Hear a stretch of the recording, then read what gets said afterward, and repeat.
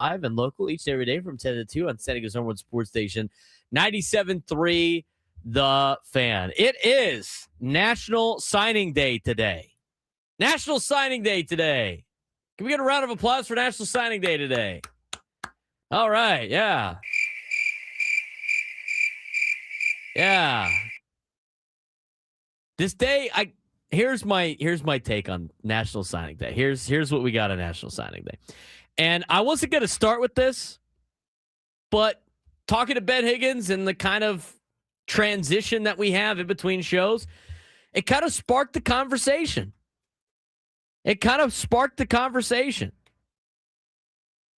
Let's talk about National Signing Day for a second. I want to start off National Signing Day conversation in the sense of, for the kids, at least the ones that I coach and the ones here in San Diego, congratulations to you and being able to play college football.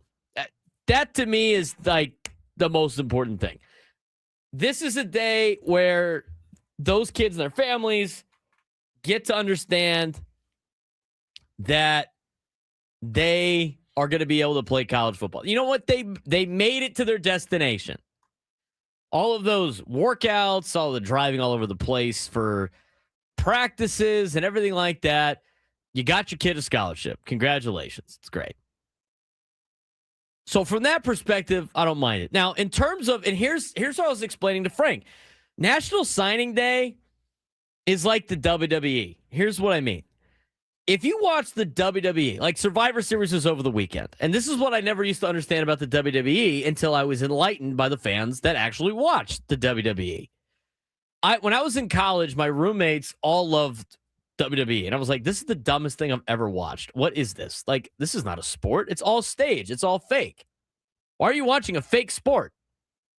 And the response was, well, it's not a sport.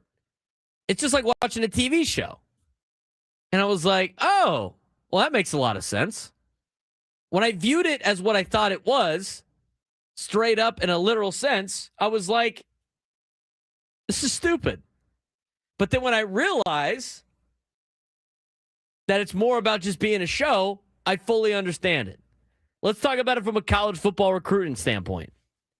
The general concept of National Signing Day and fans reacting like they're about to just like these 20 commits that we're going to get or 35 commits that we're going to get are going to be the future of our sports here in whatever godforsaken city they're in college athletics. And you think that's this is great for depth and we're going to have these guys for 4 years. This is great.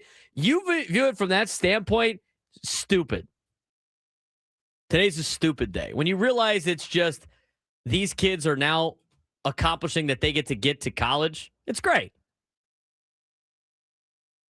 But National Signing Day, it's like most of these guys now enter the portal. And here's the thing about National Signing Day. Like, great for all the little sports that don't make any money. This is all about football. The reason why this is on TV, the reason why people care is because of football. As arrogant as that sounds, that's the reality of the situation. Where's all the money? It's in football, especially at the college level. Like, good for all the other sports and the kids. And like I said, it's great for the kids and the families. But if you're a sports fan and you're a fan of Texas Tech or BYU, or how about USC? Where's all my USC fans out there? USC is the number one recruiting class this year. You got 35 commits, 21 4-stars, and a 5-star. Doesn't mean anything. Until those players are donning the Trojan on the side of their helmet when they run into the Coliseum, it doesn't mean anything. And most of this is just rankings from people that write for 24/7 Sports. And I know some people that do that. Like, Greg Biggins isn't there anymore. He's at Rivals now. But Greg Biggins does a really good job of evaluating talent in Southern California. But he will tell you, it's a guess. When you look at 5-stars and 4-stars and 3-star athletes, right? We see it all the time. We see all the comparisons all the time. You know what that's about? That is that website's guess at how far that kid's going to go in his football career.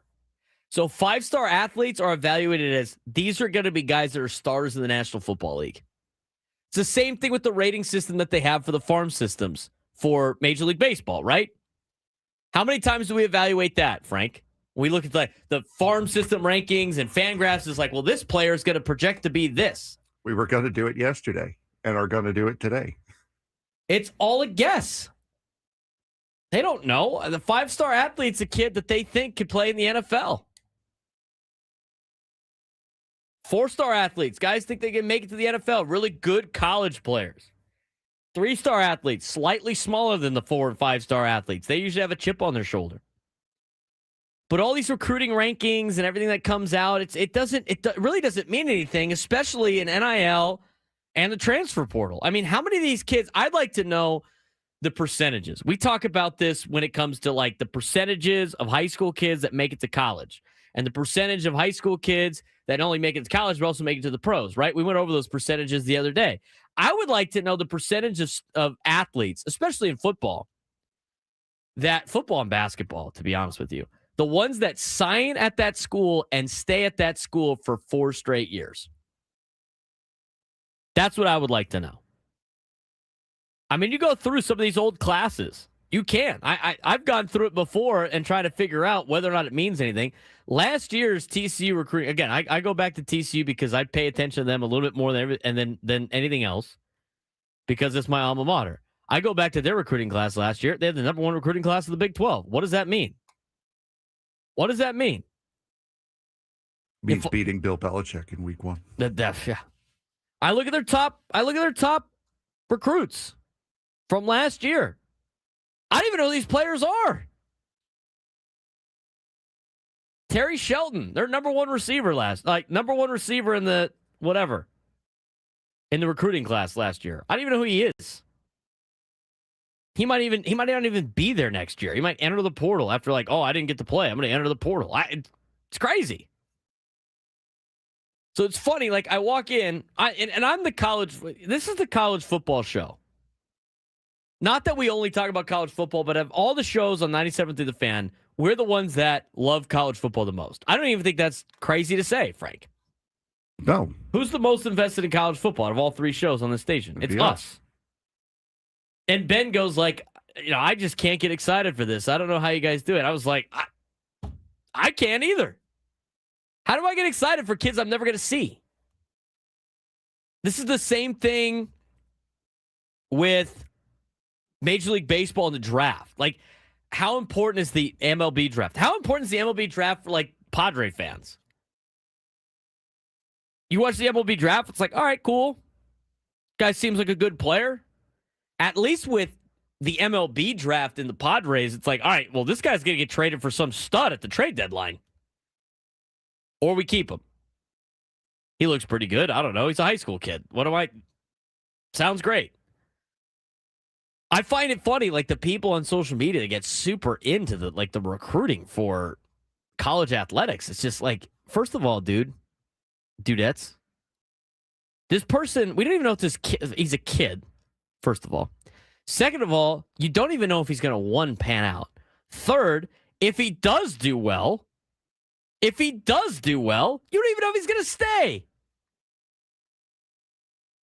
As I started the entire conversation on National Signing Day, I said it and I'll say it again. It's a great day for the families individually. It's a great day for the kids. They have accomplished making it, and they have to stay in it, right? I mean, it's not a guarantee they get to play for all 4 years of college. But for them, they've accomplished getting a college scholarship to play sports. That is what should be celebrated here today. But from a fan perspective, I don't know why anybody would care. Again, I look back, TCU had 20-something guys signed today, 30-something guys signed today. They flipped a receiver from Arizona State. Cool. I don't know what that means. And everybody's freaking out on my, TCU Twitter. I'm it doesn't matter. You're not going to see these kids. And if you do, great. But until they start playing, and until they got a frog on the side of their helmet, I could really give 2 bleeps. I really could. It doesn't affect me. I think the biggest thing on National Signing Day, this is going to be an interesting experiment. Penn State has nobody today. They don't even have a coach, and so they don't have anybody signing. Who knows if they're going to get anybody in the well, they'll probably get people in the transfer portal after they finally get a coach. But if Penn State has a good year next year, and they don't sign anybody on signing day, it just shows how stupid it is. The overreaction of, like, from a fan perspective. For the kids and the families that are signing today, good for them. But if you look at, like, we're going to look at San Diego State's recruiting class briefly at some point because people are going to care. But I look at San Diego State. Oh, wait, hold on. I got to go to Pac-12 for that. They're a Pac-12 school now starting next year. While you're doing that, Penn State is currently 138th. They have fallen behind Missouri State. They're just ahead of Akron and are currently behind Montana State. We got hard commits, but we have nobody signed yet for San Diego State, at least that I've seen. I'm sure there's going to, and usually the East Coast schools get their first wave first. I think there's a certain time you got to sign by for your school, whatever it is, or when that school can start getting them. So out here on the West Coast, mostly West Coast kids, they're going to be signing for different deals. But like Josiah Lucas is a hard commit to San Diego State. He's a 3-star running back at 5'7", 175 from South Grand Prairie, Texas. Or any Aztec fans going to be like, oh, yeah, cool, great. I mean, good for the kid, but at the same time, does it really matter? Like, why don't we go back 4 years? 2022, right? The seniors would be for 2022. You're San Diego State, Lucky Sutton. He stayed. That's great. But you go down the list, you got a lot of players that aren't here or didn't do anything. They have on San Diego State's Twitter has a litany of kids that have signed. That's great. I'm sure because like they haven't updated the website yet on 24/7 Sports. 3, 4, 5. The whole point of the National Signing Day again today, view it as congratulations to the kids and their families. As of 24 minutes ago, they have 20 kids that have officially signed. Out of how many? I have no idea. They have 20 commits that have signed? Yes. It's probably all the hard commits on 24/7 Sports. I would have to assume. You'd have to go back and see how many of these guys stay and contribute. And somebody had it in the chat. Oh, yeah, Go Aztecs had it in the chat. National Signing Day in the past was a lot more interesting because as a fan, you invested in them for 3 to 4 years. With the portal, no. I totally agree. Before, it was still kind of crazy. It was like, we don't even know if this kid's going to pan out or not. But now with the transfer portal, I mean, you could see if any of these players for San Diego State that they just signed today do well, they're going to be gone within a year or two. If they don't play immediately, there's no develop time. They're going to be gone so they can go somewhere they can play. But the reality is it's just an overhyped day. Again, I've said it before. Like, good for the kids, good for the players, the coaches, all that stuff. But like National Signing Day, it doesn't do anything for me. Oh, this is the problem with like encouraging Juan. He's made us another meme. That's fair. That was a better one. The Lane Kiffin stuff is great. The Penn State disaster is also hilarious. If you're a Penn State fan, you have to sit back and just laugh. You have to just laugh. Can I just have one team that is not a national punchline? No. Just one. It's not how it works. It's not how it works. Here's the other thing. Why are we signing today? Why is today the signing day? Because how does this benefit anything? Like, again, because it's December 3rd, dude. You know what December 3rd is, right? Biggest fan contest? It's a Wednesday. Was I too early on that? It's a Wednesday. Yeah, tickets to give away? Zach Bryan tickets again? Yeah, we're giving Zach Bryan tickets away all week. Wow. Get your Spotify Wrapped? I have not gone on Spotify yet, so no. I got my Wrap today. Zach Bryan was on some of that stuff. Let me see. Cody, where are the memes? Social media. Yeah, they're on our Twitter account. Juan was on it yesterday with the Lane Kiffin stuff. But anyway, we got to fix a lot of this stuff for college football. And we're going to do that at noon. Matter of fact, we're going to do that at noon. I forgot I had a lot of this stuff already built in, Frank. I already got Google Docs with this information on it. So Might have to show some of that on the YouTube page. Nice. Things that fix college football. I was going to start with college football today. I was going to get with a lot of other stuff, but the National Signing Day thing, it's just kind of I don't know. To me, it's a thing of the past. It's something that should not be super hyped from a fan perspective. It should be super hyped for the families and the players and the coaches that got them to that point. For them, it's a great day.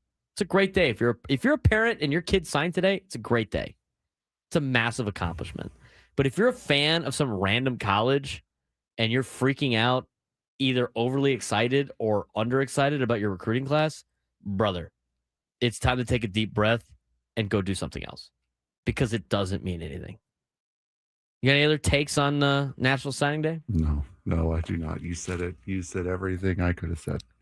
Oh, so you agree with me? Yes. Yeah. I mean, what's the point? At this day and age, like this Derek Stevenson kid, Aztecs put this out. He's from Katy, Texas. He's a receiver. Welcome to the Mesa. If he leaves in the next 2 years, what does it matter? Sayonara from the Mesa. Yeah. Seriously. I mean, I could go back and look at some of these. I mean, go back and look at your favorite team, your favorite college team in the recruiting class they had 4 years ago, and tell me how many of those guys are making an impact right now. Maybe they are.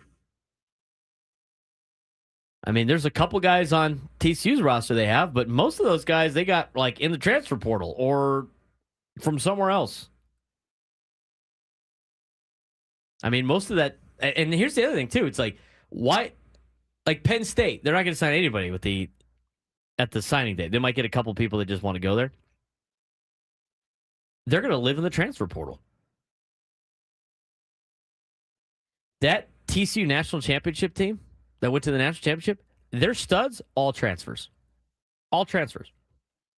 It might actually be better for Penn State to just live off the transfer portal. If anyone from Penn State is listening, I managed to win a Heisman Trophy with C.J. Baxter, running back. So there you go. I'll take 10% of any income from that. You still got another 2 weeks before they call you to be the head coach. I think on that list. Like I said, C.J. Baxter's your guy. All right. We're just getting started. I wanted to complain about that for the National Signing Day stuff. Ben's like, I don't know how you guys get excited for this. I don't. It's interesting, but it's not something it's not news. Doesn't matter. Ben said it perfectly. He doesn't like doing things that waste his time. This would probably waste his time. We're going to look at some of the other big news in the Padres land in terms of gearing up for the winter meetings. We got to get to that. Latest news and rumors from free agency for Major League Baseball. We're going to try this. The thing is, there's something that came out about that we're going to get to in the 11 o'clock hour. Major League Baseball is using a fan panel. MLB created a fan council years ago. That's great. And so now they're playing games with the fan council. Fan council to test labor solutions. We'll see how that goes. We'll talk about that in the 11 o'clock hour. What's next for Aztec football in the 12 o'clock hour? Some NFL news. Lots to get to on the Braden Surprenant Show. Standing as number one sports station, 97.3 The Fan.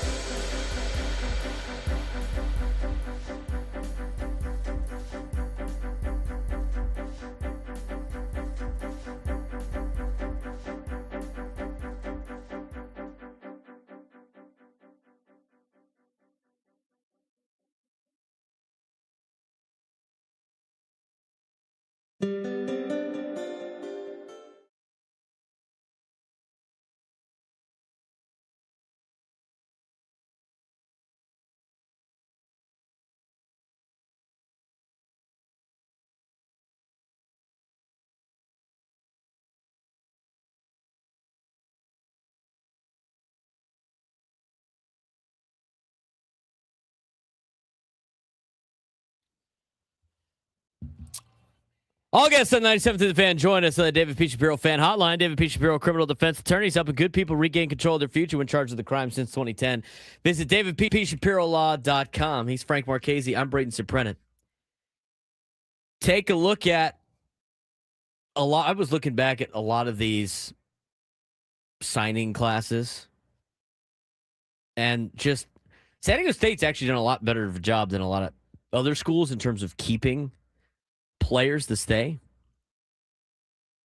or convincing players to stay. But you go through it. I mean, a lot of the players that San Diego State signed in 2022 and 2023 are at different schools now. I mean, that's why it's like from a fan perspective, it's not, you can't overanalyze the recruiting classes. From a individual family perspective, yeah, it's great. It's a great day for you and your kid. I'm not going to take that away.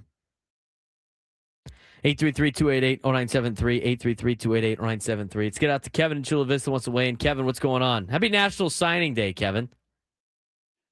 Well, I tell you what, man, I'm just popping corks over this one.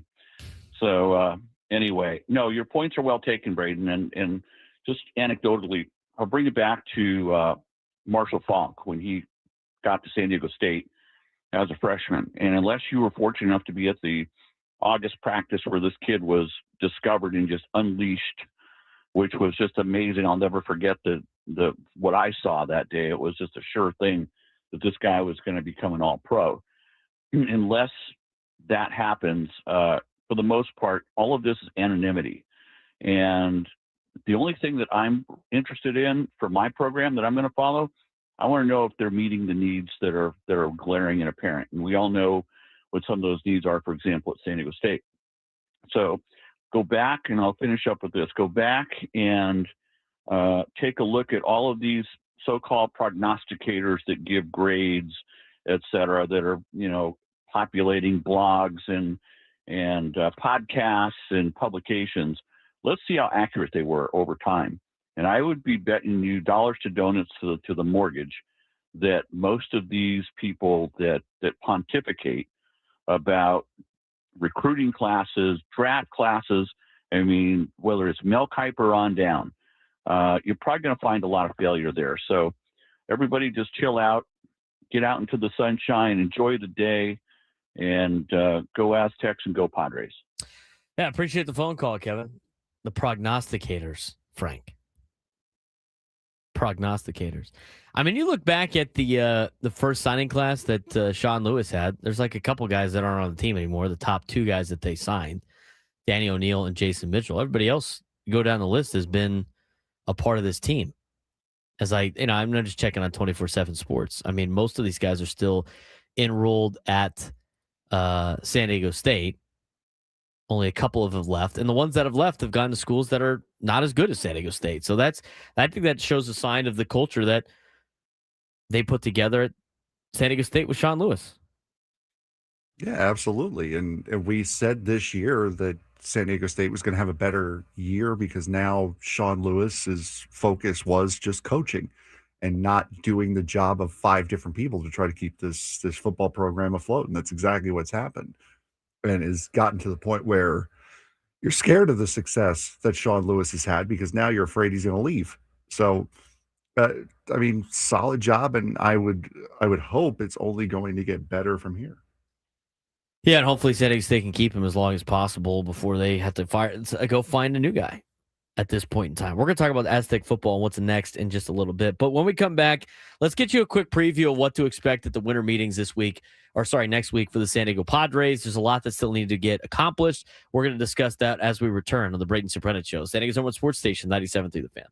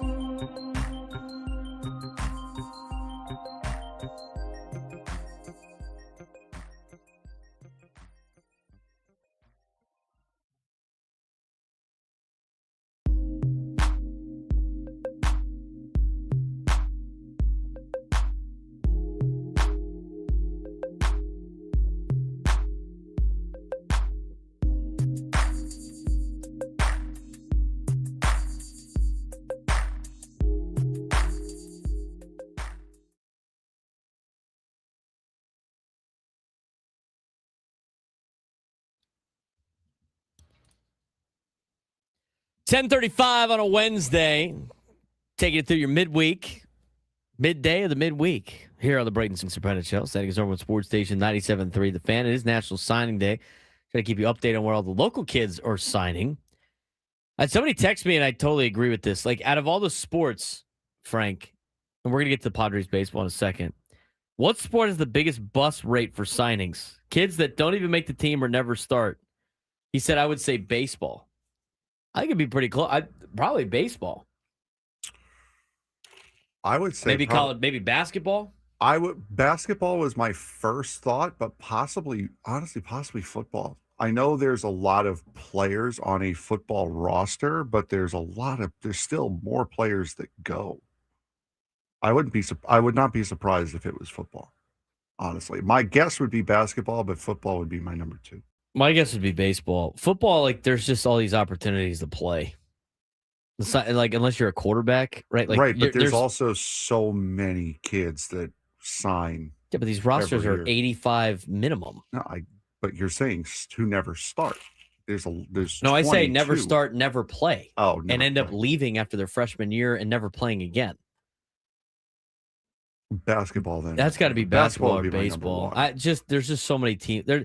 I think baseball might be it because there's so many schools in college athletics that have basketball because you only need 10 players. And so, like, you can find a place, I think, in basketball. But I would probably say, like, I'd probably say baseball. And talk about a bust in terms of, like, a Power 4 school signing a guy and then he never plays for the Power 4 school. Doesn't even make the team. There's a lot of those kids out there, too. I mean, it's hard. It's hard to play college athletics. It's hard to play college sports. I think a lot of people don't fully understand how difficult it is to play college sports. I really don't. I'm going to try to get out all the San Diego kids that have signed today. You look at on 24/7 Sports, the number 1 recruit in San Diego, Brennan Arrington. He has officially signed with Texas A&M today. Congratulations to him. Out of Mount Miguel, 4-star athlete, according to 24/7 Sports. He was a 5-star. I don't know why. And again, that's just what people's opinions are in terms of how far they think that guy can go in the National Football League or in his football career. The other one that I saw on here was Prince Tavazian out of Lincoln. He officially signed with Oregon today, so congratulations to Prince signing with Oregon. We'll have more as they come out. Troy Hune officially signs with Virginia Tech. James Franklin, who was recruiting him to go to Penn State, gets the Virginia Tech job after he gets let go from Penn State. Troy Hune follows with a lot of other players for Virginia Tech. That were Penn State commits that are now going to Virginia Tech. Rocky Cummings, the Carlsbad linebacker and tight end, signs with Texas today. Congratulations to him and his family. And just kind of going through the list, unfortunately, it's all these California schools. Cash Herrera, who was going to go to Indiana, signs with Boise State today. Congratulations to him and his family as well. I'm just going through like the top 100 here. We'll get to Padres baseball in a second. But a lot of great San Diego players and products signing today on National Signing Day. Isaiah Tokyo, linebacker from Oceanside, signs with Washington today. Congratulations to him and his family. Brady Palmer, quarterback for Cathedral Catholic, signed with Minnesota today. Congratulations to him and his family as well. And that rounds up the top 100. We'll try to put a list together of a San Diego group. There's a lot of names throughout San Diego County. We're producing a lot of great football players here in San Diego. AJ Logan, receiver from Mount McGill, signed with Boise State today. So we'll keep you updated on that as it goes about. But let's talk about, Frank, let's get into this really like timeline, but also things that need to be done as the winter meetings start up. We're going to have reports from Sam Levitt from Orlando.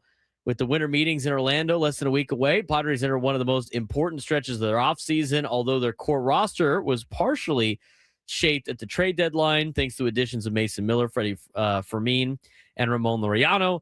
San Diego still faces several major needs, most notably in their starting rotation. Frank, let's get through this. Club needs, obviously, a big thing for the Padres going into the winter meetings. And again, with the winter meetings, they're going to meet about a lot of different stuff, but it's a lot of war rooms and hotel rooms, making trades, getting signings done, and a lot of moving parts of the offseason that will happen starting next week. Let's start with the club needs, Frank. Yeah, absolutely. The Padres offseason priority, starting pitching, and that need is steep despite fielding a strong offense and elite bullpen. The team has only 3 reliable starting pitchers on its 40-man roster. So at least expecting to pursue at least 3 starting pitchers, including another value signing similar to last offseason's Nick Pivetta signing, a first base DH bat, and possibly a middle innings lefty reliever, though the bullpen is still quite deep. Yeah, I think the bullpen is, you always want to add some bullpen arms here and there, right? Because 1, they're affordable, and 2, you can never have too much pitching.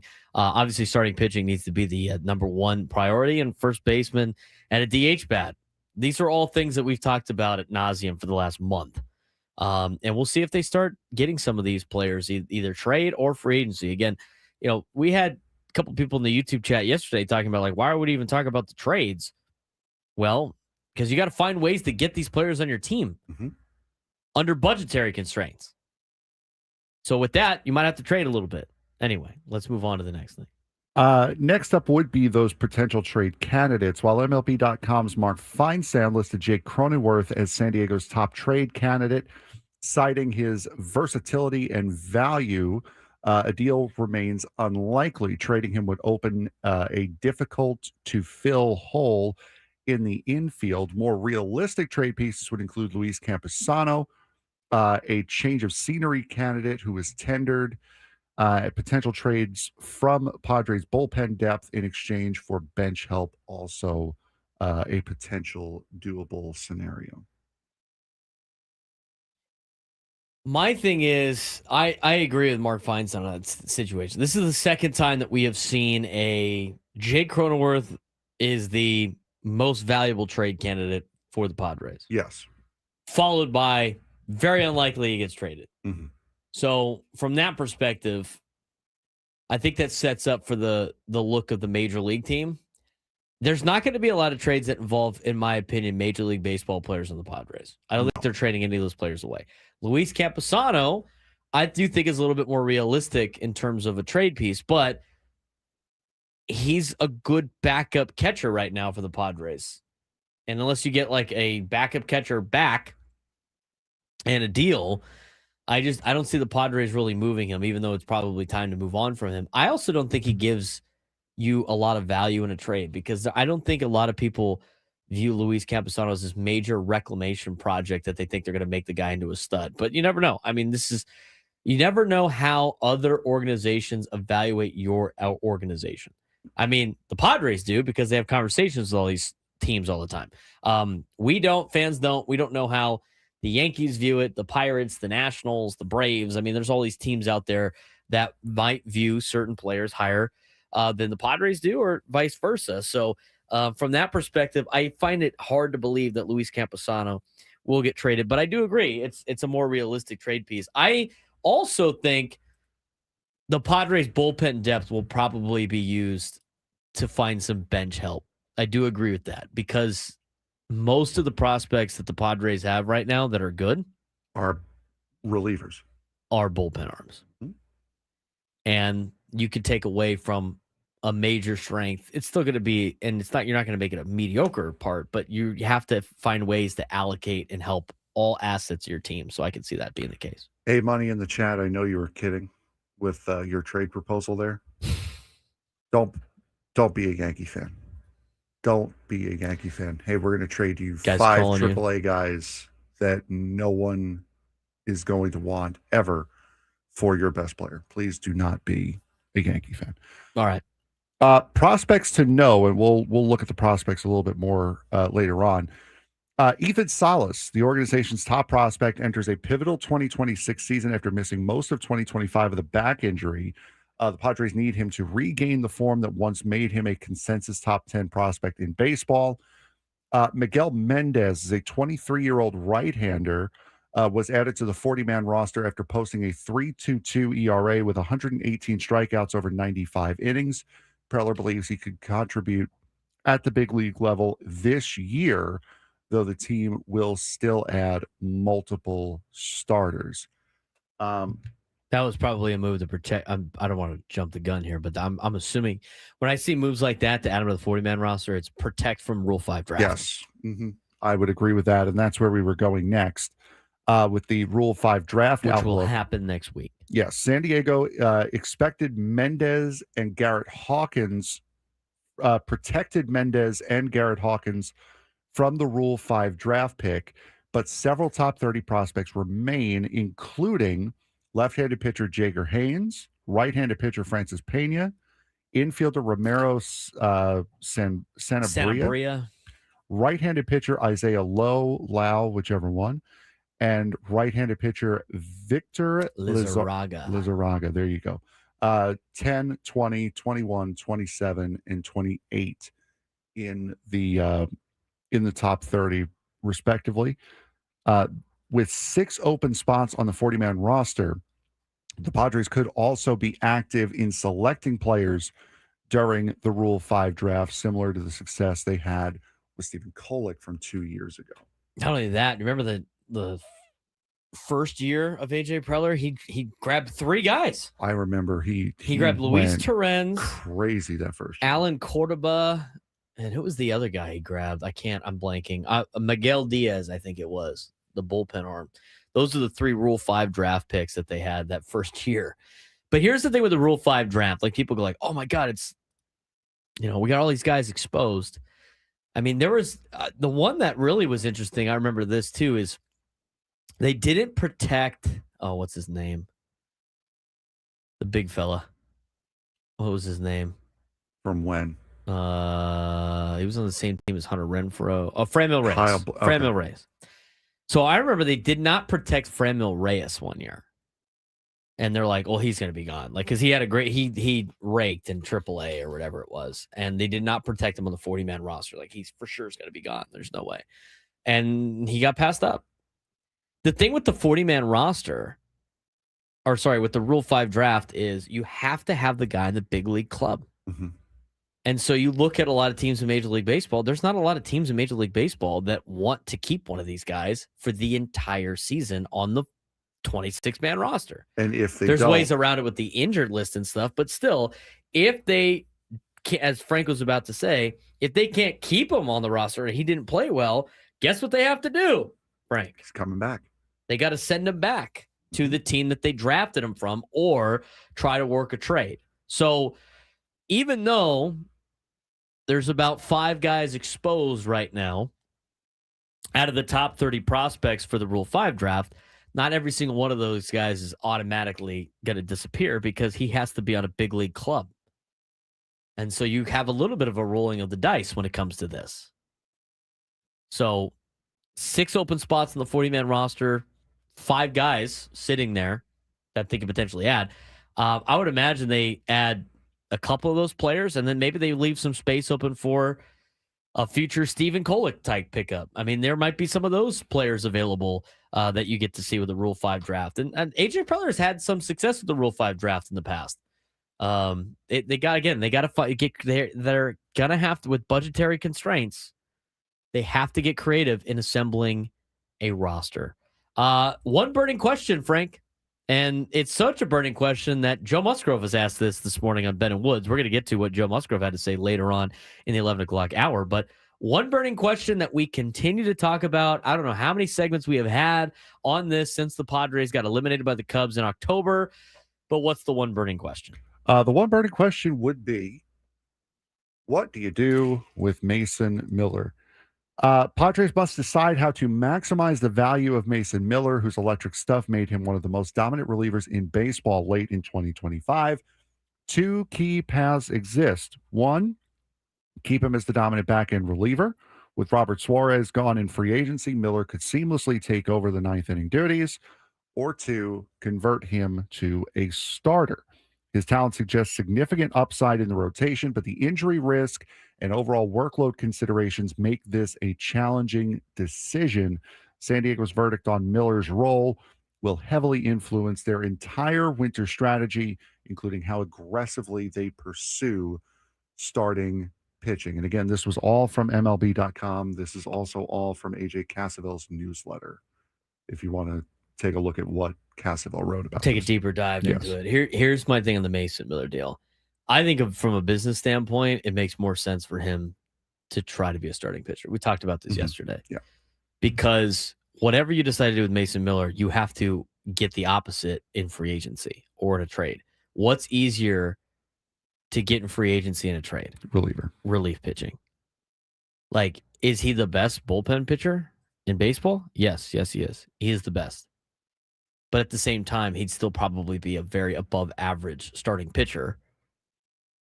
It's not like, and here's the thing, like when they asked AJ Preller about it like months ago, he said, well, we don't want to take a super big asset and make it mediocre and then have two mediocre assets. I agree with that.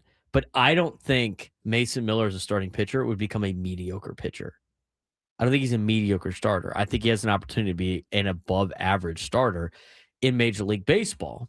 And I think it's more valuable to have him pitch multiple innings than just pitch one inning when you have a lead. And like we've mentioned multiple times, if you don't have starting pitching to get to the bullpen, what does it matter anyway? So I think you give it a chance. Because I'm telling you, for everybody that says, keep everything in the bullpen the same, who are you going to go have start games for you? I mean, it's a big roll of the dice to go sign a Chris Paddock, Cal Quantrill type arm and hope that they could be guys that are going to get you through. And again, it's not like Mason Miller's going to be throwing 104 every single pitch as a starter. It's going to go down in velocity. He'll probably pitch at like the high 90s. That will help his arm out a little bit, but they have to make that decision relatively soon because they need to put a plan together for their offseason, but also Mason Miller's got to adjust his workouts based on whether or not he's going to be a starting pitcher or a bullpen pitcher. So, from that, it's a big question. Padres internally are still discussing this. I think we've agreed on the show that we think you should give it a shot. Yeah. I just think Padres fans are pessimistic of the sense of they've been burned so many times that like if they try to do it, all of a sudden everybody's arm's getting blown out. To me, you can't think scared like that or you'll never be good at anything. It's definitely the risk you take. And again, the biggest hurdle from what we understand has been cleared, which is that does Mason Miller want to do it? And from what we've heard from Dan Plesac yesterday was it sounds like he does want to do it. So there is your biggest hurdle cleared, is getting the athlete on board with completely changing his career path. And again, it's the easiest thing to do right now. He's missing no time. He can get his arm ramped up. He can get ready to go and do this going into next year. And if it doesn't work, guess what? That elite ninth inning arm that you guys wanted so desperately, he's back. So you lose nothing if it doesn't work as him being a starter. And like I said, it's not like you're going to go, and then it's like, all right, well, he's having arm issues, but let's just keep this going until he pulls out his arm, and then we'll move him back. They're not going to do that. They're going to be, they already monitor and handle pitchers in this day and age with Nick gloves. They already are so careful with pitchers. Are we thinking they're not going to be super careful with Mason Miller? I'm sure they will. Like how reckless do you think the Padres organization is? And you'll be like, yeah, just keep throwing. Come on. Correct. You can't stop major arm injuries, though. But if you keep pushing a little bit more and strengthening, and if he has setbacks or one or two, it's like, all right, well, I don't know if we can keep doing this. Which is why you do this during the off season when there's no games being played and he can't miss time. See how he feels. Keep it going. The thing with the arms, the biggest arm issue problem is sliders more than it is the fastball. Even though the fastballs are scary on the arm, the slider is a pitch. Maybe he uses a changeup a lot more as a starting pitcher. There's other things to it. When we come back, latest rumors around Major League Baseball, and what did Joe Musgrove say about Mason Miller potentially being a starter?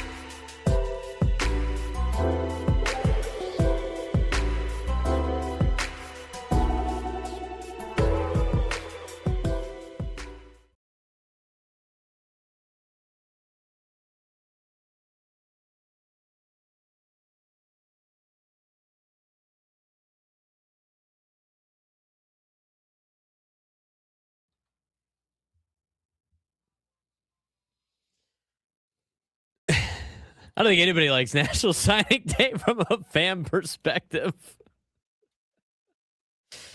It's such eyewash, dude. It's such eyewash. I don't know what's more eyewash, that or like the tweet every time. I am beyond blessed to get an offer from so-and-so.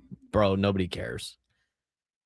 I know that's harsh, but dude, your moment. Nobody cares, bro. I just get over it. It's like, look at me. I got an offer. All right, dude. Sick. Is it even a committable offer? I mean, I work in high school and college athletics. Most of the time, they're not even committable offers. They're not even committable. They're like, oh, I got an offer from so-and-so. And you're like, really? Then you talk to the coaches there, and they're like, yeah, we didn't really offer him that. Or it's not a real offer. Until you get the piece of paper in your hand and you can sign it, it's not an offer. I have people, it's funny talking to youth coaches. Like, well, he has an offer. He's been offered by this school since he was in 8th grade. No, he hasn't. Cool. He hasn't. You can't do that. You can't get an offer until I think you're a junior. It's a legit offer. Them sending you like pamphlets of like, oh, hey, we're Ohio State. You're a prospective athlete. What do you think about Ohio State? Come to our camp and pay a bunch of money to us. And then kids go like, oh, I was offered by Ohio State. No, you weren't.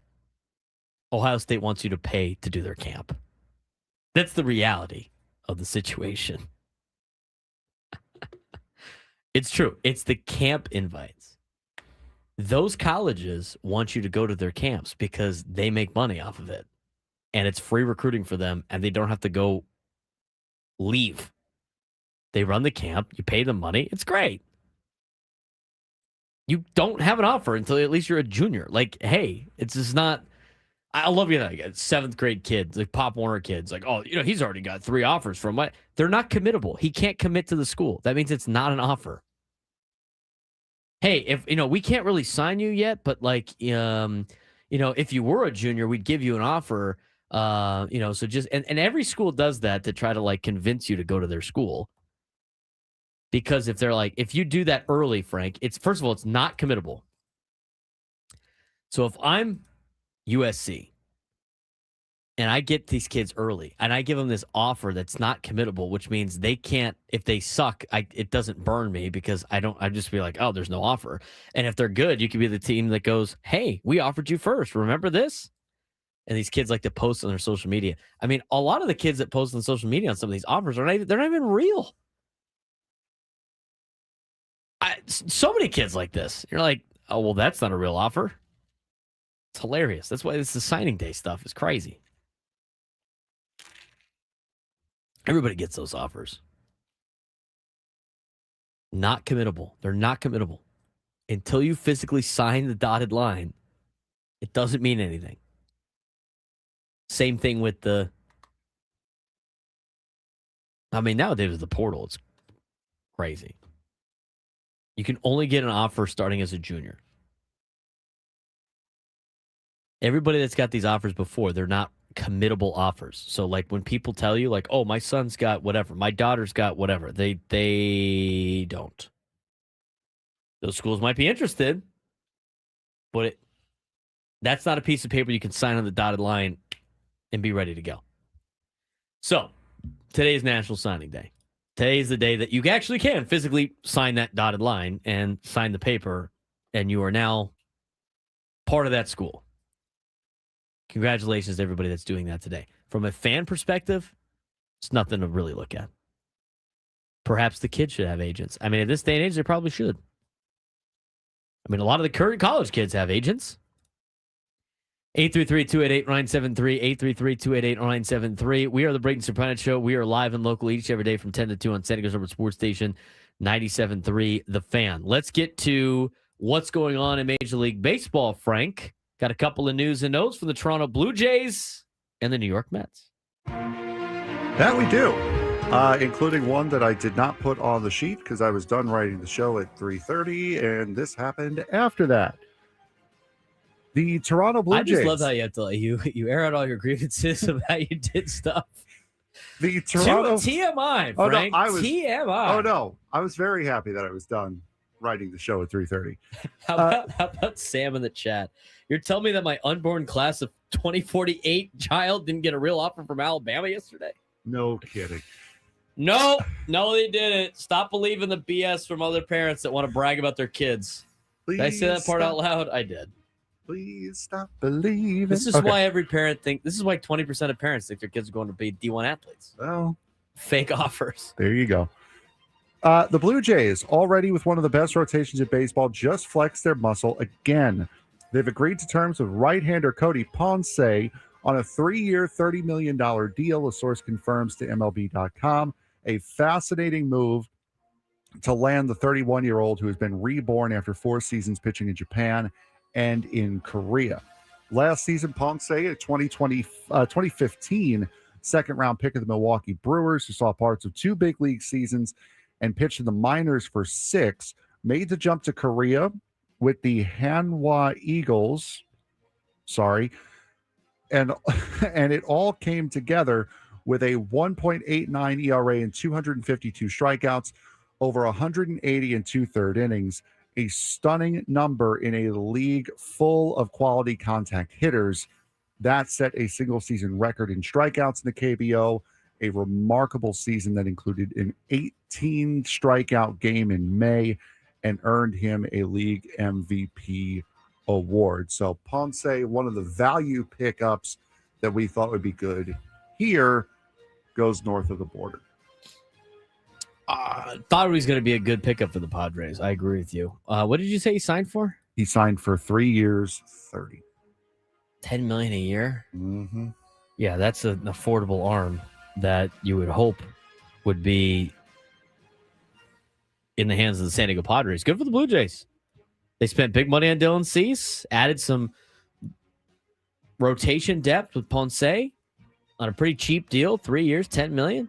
It's a good move, I think, for Toronto. Toronto's spending some money. Right? They got a taste, Frank. Yep. They got the taste of the World Series. And they want to go win the damn thing. And that's what they're saying. I saw it on Twitter scrolling through, is that last year's run completely shifted the mindset of the organization. They are now expected to spend on the level of the Dodgers, the Mets, the Yankees, the Cubs, the Red Sox. They are expected to go big. Speaking of which, the Blue Jays made franchise history by signing Dylan Cease to a 7-year, $210 million deal, which, by the way, go to John Heyman's Twitter account if you want to see the specifics of that contract, though. Those were released today. Strengthening an already deep rotation. However, they are still exploring to add another starter. Well, Adam said, haven't the Blue Jays always been in it to win it? Yeah, they're actually signing guys this time, though. Yeah. They're not the bridesmaid anymore. Toronto remains engaged in free agency with names like Michael King, Chris Bassett, and Max Scherzer possibilities, and the trade market, where they have previously shown interest in Twins starter Joe Ryan and National starter Mackenzie Gore. Lesser-known option, Cody Ponce, who's dominated KBO, has already signed. Beyond starting pitching, Toronto is also targeting bullpen help, including Rays reliever Pete Fairbanks, and monitoring high-end position players such as Kyle Tucker and returning Bo Bichette.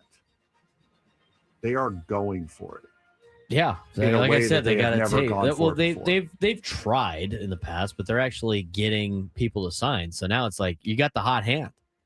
They kept putting it on red, putting it on red, coming up empty. You know what?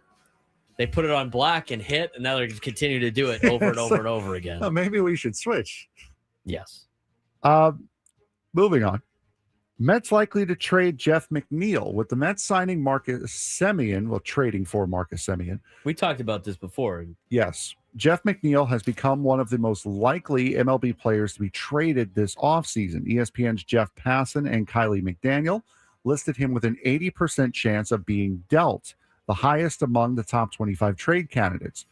New York may even need to absorb part of McNeil's remaining contract to facilitate a move, although the Mets have previously resisted trading him because of his defensive versatility and reliable bat. Semien's arrival at second base leaves McNeil without a natural role. MLB.com's Mark Feinsand also identifies McNeil as a strong trade candidate this winter. We talked about this earlier. Again, he's making 12.5. You got to pay him for another year. That's it. He's on a 1-year deal. If you want to have him for another year, it's a club option. He's 33 years old. He's a valuable trade piece, I think, in terms of what you can get in the open market for $12.5 million. He's not atrocious. He's a very versatile player and a very likely candidate to get traded after they went and got Marcus Semien. So he's going to help a contending team, Jeff McNeil. And there's also a litany of issues that come around Jeff McNeil. Right now, it's the position battle with him and Marcus Semien, which he ain't winning that position battle. No, not when the other guy's making double what you're making. Him and his reported issues with Francisco Lindor off the field, those have really come to light again over the course of this offseason. That and the Mets also have to try to find some spots here for some younger guys who they've stacked up to play. Luis Angel Acuna, he has nowhere to play. Jet Williams is coming up as a shortstop. He's got nowhere to go. Ronnie Mauricio, they've waited on him for years. Finally starting to show some stuff. He's got nowhere to play. Mark Vientos and Brett Beatty now, that third base issue is in limbo. So the Mets need to find places for some players to play. They need a little bit more wholesomeness in their clubhouse. They need to be more wholesome. And they should bake cookies together. McNeil is Christmas cookie celebration. McNeil appears to be a part of the problem. They should bake some cookies, make some hot chocolate, and go walk down Candy Cane Lane. Well, you know. They need to be more wholesome. I was looking for a word that wasn't there. And no, he has not been a reliable bat. He's one of those guys who would hit 320 that has now tried to go for more power, and it has not worked. Update on signing day. Penn State's now dropped to 150. They are one spot above Prairie View A&M for the recruiting class and a spot behind South Dakota State. Another Penn State guy committed to Virginia Tech. The Penn State Barstool account today is hilarious. Hilarious. It's good stuff. And I want to go back to, again, what I was saying earlier. From a fan perspective, fans of the college teams that have signing day today, it doesn't mean anything. But for the kids and the family signing, it's a great day for them. It's a great day for them. I don't know how many times I have to continue to say that. But there it is on the signing day stuff. McNeil, I think McNeil's a decent pickup for a lot of teams. I don't think he fits here in San Diego. No, he would not. You'd have to trade Cronenworth. I'd probably still rather have Cronenworth than Jeff McNeil, even though you'd only have to pay McNeil for one more year. But Jake Cronenworth doesn't fit the Mets either. They already have all their same position problems that we would have in the same particular sense. 833-288-0973, 833-288-0973. Keep you updated on this signing day stuff. We will also get to some interesting news with Major League Baseball in terms of a fan council. Is this something Major League Baseball to test the labor solutions? It was not. The fan council was not made for this. The fan council was made to kind of get a gauge of what the fan is thinking about the current product. Correct. Is this something that is done in fair, or is MLB spinning it to their own favor? We'll talk about that at 11:30. But when we come back, Joe Musgrove was on with the morning show, and he talked a lot of different things about obviously getting ready for next year, how he feels, but he was asked what he thinks about Mason Miller potentially being a starting pitcher. We'll hear from Joe when we come back on the Braden Surprenant Show, Standings #1 Sports Station 97.3 The Fan.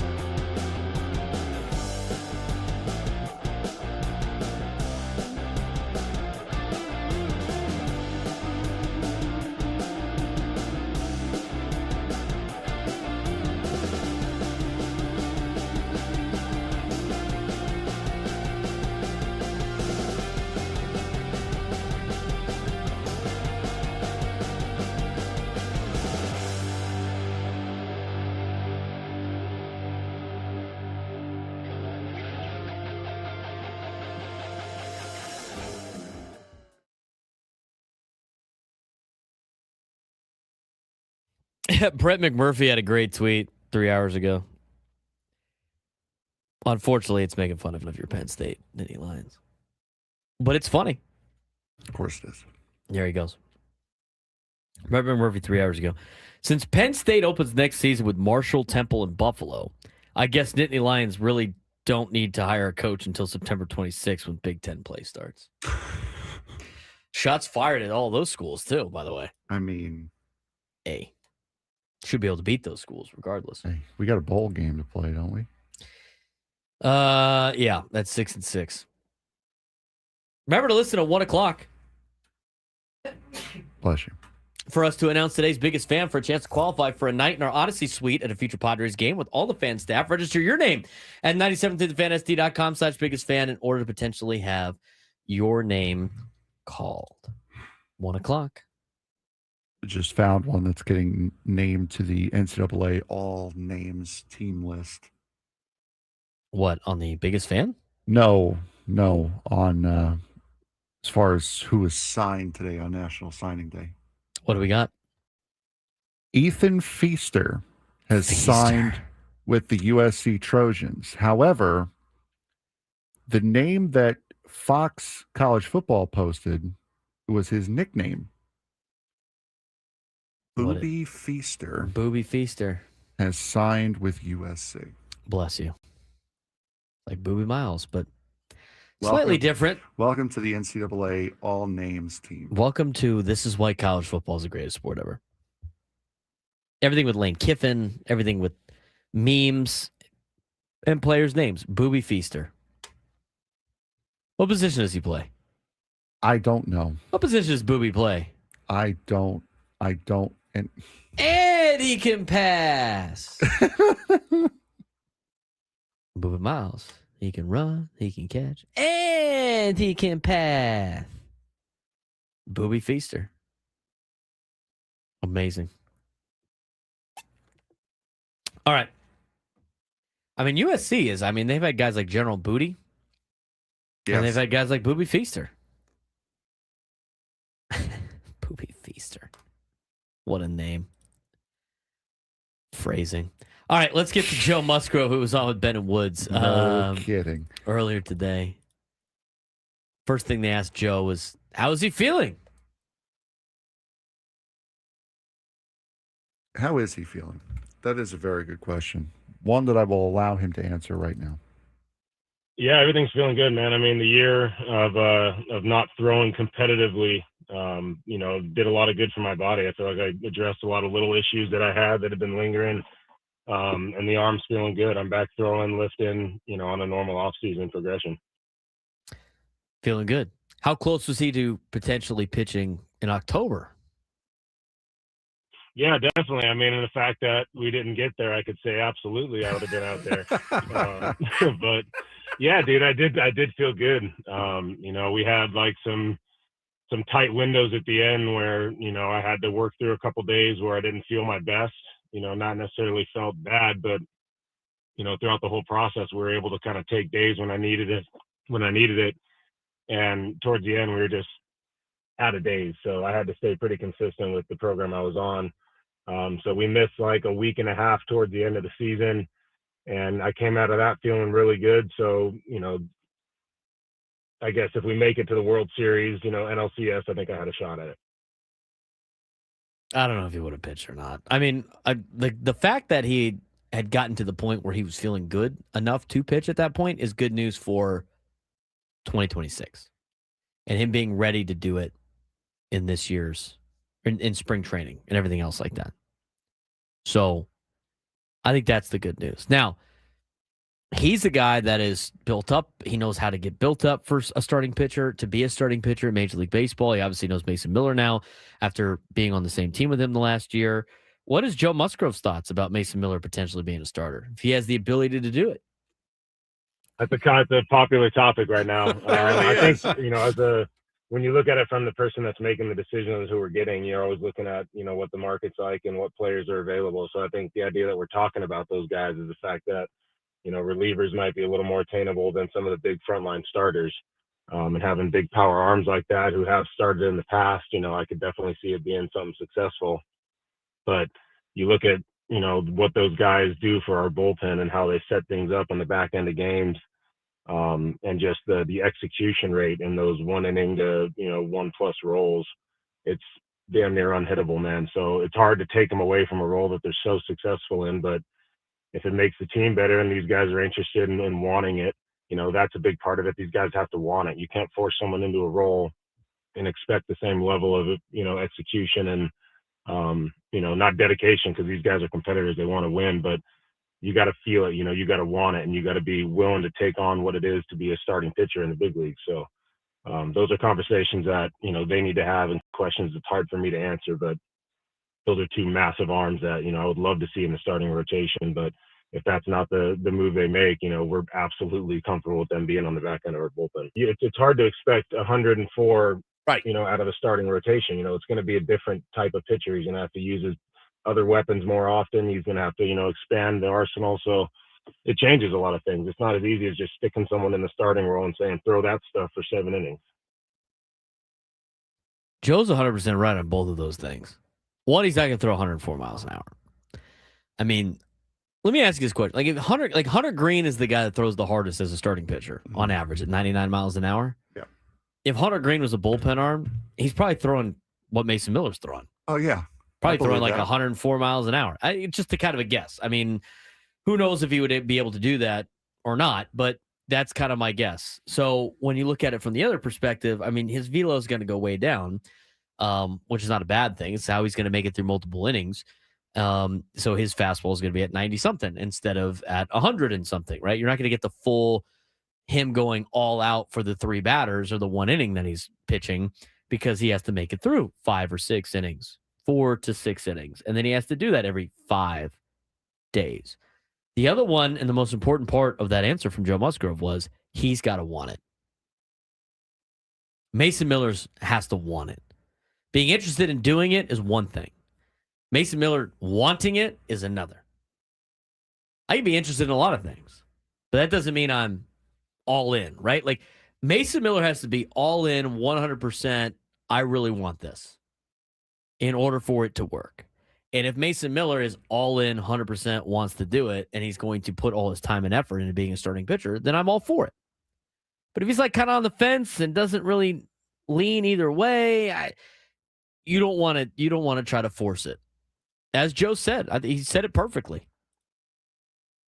It's an interesting conversation. But again, like, Mason Miller has to want it, Frank, if they're going to move him to the starting rotation. Not like, I'm interested. It's, give me the ball. I want to do it. Yeah, you can't be half-hearted when you're doing stuff like that, because it'll never work out. You have to be 100% invested in doing it if you want to get the best results. And if it doesn't work, then it just doesn't work. But if his heart isn't in it, if he's not 100% with it, you're never going to get near what the potential can be. So, yeah, absolutely. What about Adrian Morejon? That's the other name that's been popping up a lot.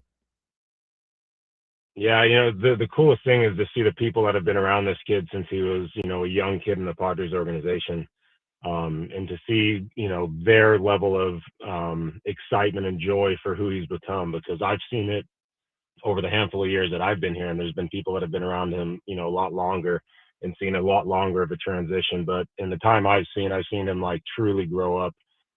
His work ethic is increased, his dedication to, game planning and, putting more effort into the scouting side of the game is increased. And just the person, man, he's the most humble, like, loving dude, but one of the most fierce competitors on our team. And it's a guy that, everyone had all the confidence in, and I don't know if he had enough confidence in himself. And you've seen that start to take over in the last, couple years. And the stuff he did last year was, I think the start of what you're going to see consistently for a long time. Joe Musgrove on with Ben and Woods earlier this morning, talking about a lot of different things. Interesting conversation about Mason Miller potentially converting to starter. That was him talking about Adrian Morejon and the progress that he has made. I would like to see an Adrian Morejon contract extension this offseason. Would be nice. That'd be nice on the priority list. What about playing for Craig Stammen, a guy that he played with for a little bit of time here in San Diego, knows him well. Now he is the manager of the San Diego Padres. Here's what Joe Musgrove had to say about playing for Craig. I'm excited about it, man. I think everyone in this clubhouse knows Craig well. They know him as a person. They know him as a competitor and a player. And I think he's, recently enough removed from the game to still have a really good pulse on what's happening in the clubhouses and, the direction that the game's going. I think having Ruben by his side is massive for us. I think you guys have talked about it on the show a couple times I've heard, but, the hardest thing to do in baseball is manage a bullpen and manage a pitching staff. And I think having both of those guys at the helm of it is going to do a lot of good for the health of our guys and keeping them fresh and, maybe challenging our starters a little more than we did in the year past. So I'm super excited about it. The guys that I've talked to on the club are super excited. And, I think Craig's going to be, motivated to win and do big things in this role. The bullpen and the pitching staff are definitely in great hands, Frank, with him and Ruben Niebla at the top, and that's one of the hardest things to do in Major League Baseball. But a big reason why he got the job in the first place. Yeah, and that was one thing we talked about a lot last year was how much the bullpen, especially the back end of the bullpen, guys like Jason Adam and guys like Robert Suarez were being relied on. Like going into the All-Star break, they were around 45 appearances, which is ridiculous going into the All-Star break. So it'll definitely help with the pitching staff for sure, and I think you'll get a lot more of the load spread out over the bullpen, across the bullpen over the course of the year. One more for you. Obviously, with a lot of stuff with the ownership potentially being up for sale, the team being up for sale, I think a lot of fans think that players get distracted by it. They asked Joe, does he get distracted by that kind of news? Here's what Joe had to say. I don't know that it affects me a whole lot as a player. Obviously there's desires that you have as a player. You want an owner that's willing to spend money and put a good product on the field and take care of people in the organization and do the things that the best organizations do. But as a player, you have such a small time in the game that regardless of what scenario I'm in, I'm going to do everything I possibly can to win because this is the only chance I have. There's a lot of what ifs and things you can, hope for, but this is the reality of what I have and the time that I'm playing, and I got to make the most of it. And I think a lot of guys in the clubhouse have the same approach when it comes to, who owns the team. Obviously, there's a lot of things that we would love to see happen, but that's out of our control. And you still have to go out and try to compete with who you got on your team and how the organization's run. So I think that's more how you view it as a player. Yeah, you got to be able to go out there and just worry about yourself and worry about what you can control. And when you start worried about things you can't control, it doesn't really work out for you in terms of overall life. So a good perspective there by Joe Musgrove. When we come back, let's talk about the public opinion about this potential lockout and labor negotiations. What an MLB report? We'll get to it when we come back on the Braden Surprenant Show. San Diego Sports Station, 97.3 The Fan.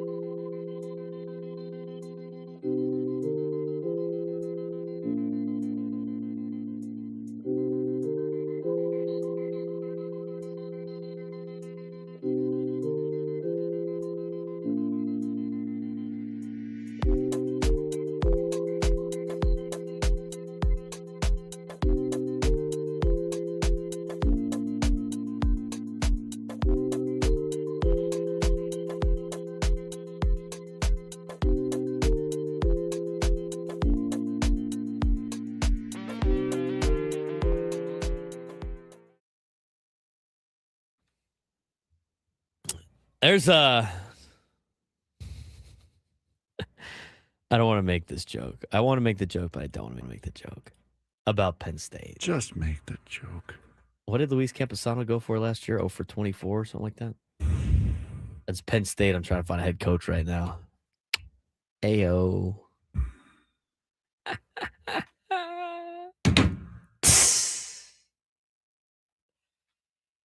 That's not fair. That's not fair to Camposano. He only had 24 opportunities. And he raked it at he raked in El Paso. Kind of a cheap shot to Camposano there, but kind of awesome.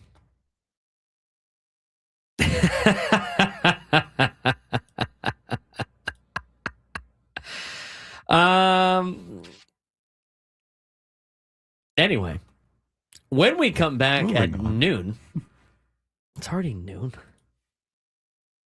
These shows are flying by for not having any Padres baseball like that. Coming up at noon, I fixed college football.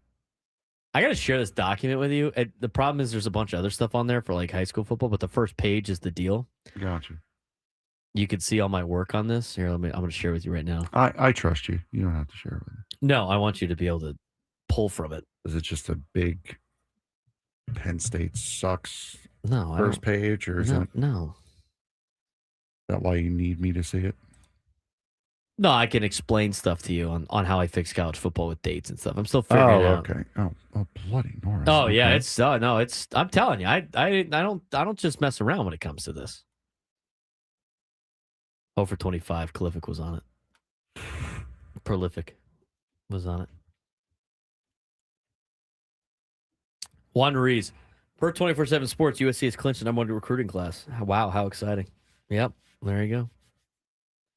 Take that for what it's worth. All right, what do we got on this Major League Baseball 2026-2027 CBA war, Frank? So, apparently, Major League Baseball has formed a 90-person fan council composed largely of dedicated, highly engaged fans with many significant social media followings. The group meets monthly via video call with MLB executives, while most past meetings have focused on harmless topics. The November session... design, social media strategy. Exactly. All that stuff.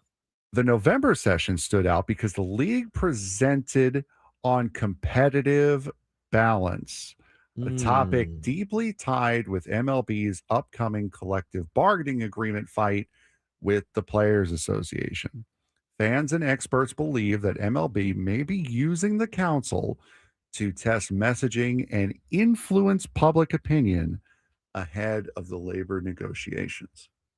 All right, so most of these meetings have been harmless, but then in November, they talked about competitive balance and the payroll disparities, and then how money correlates to winning, which is important because the owners are trying to push for a salary cap in 2027 and may lock out the players as the CBA expires in December of 2026.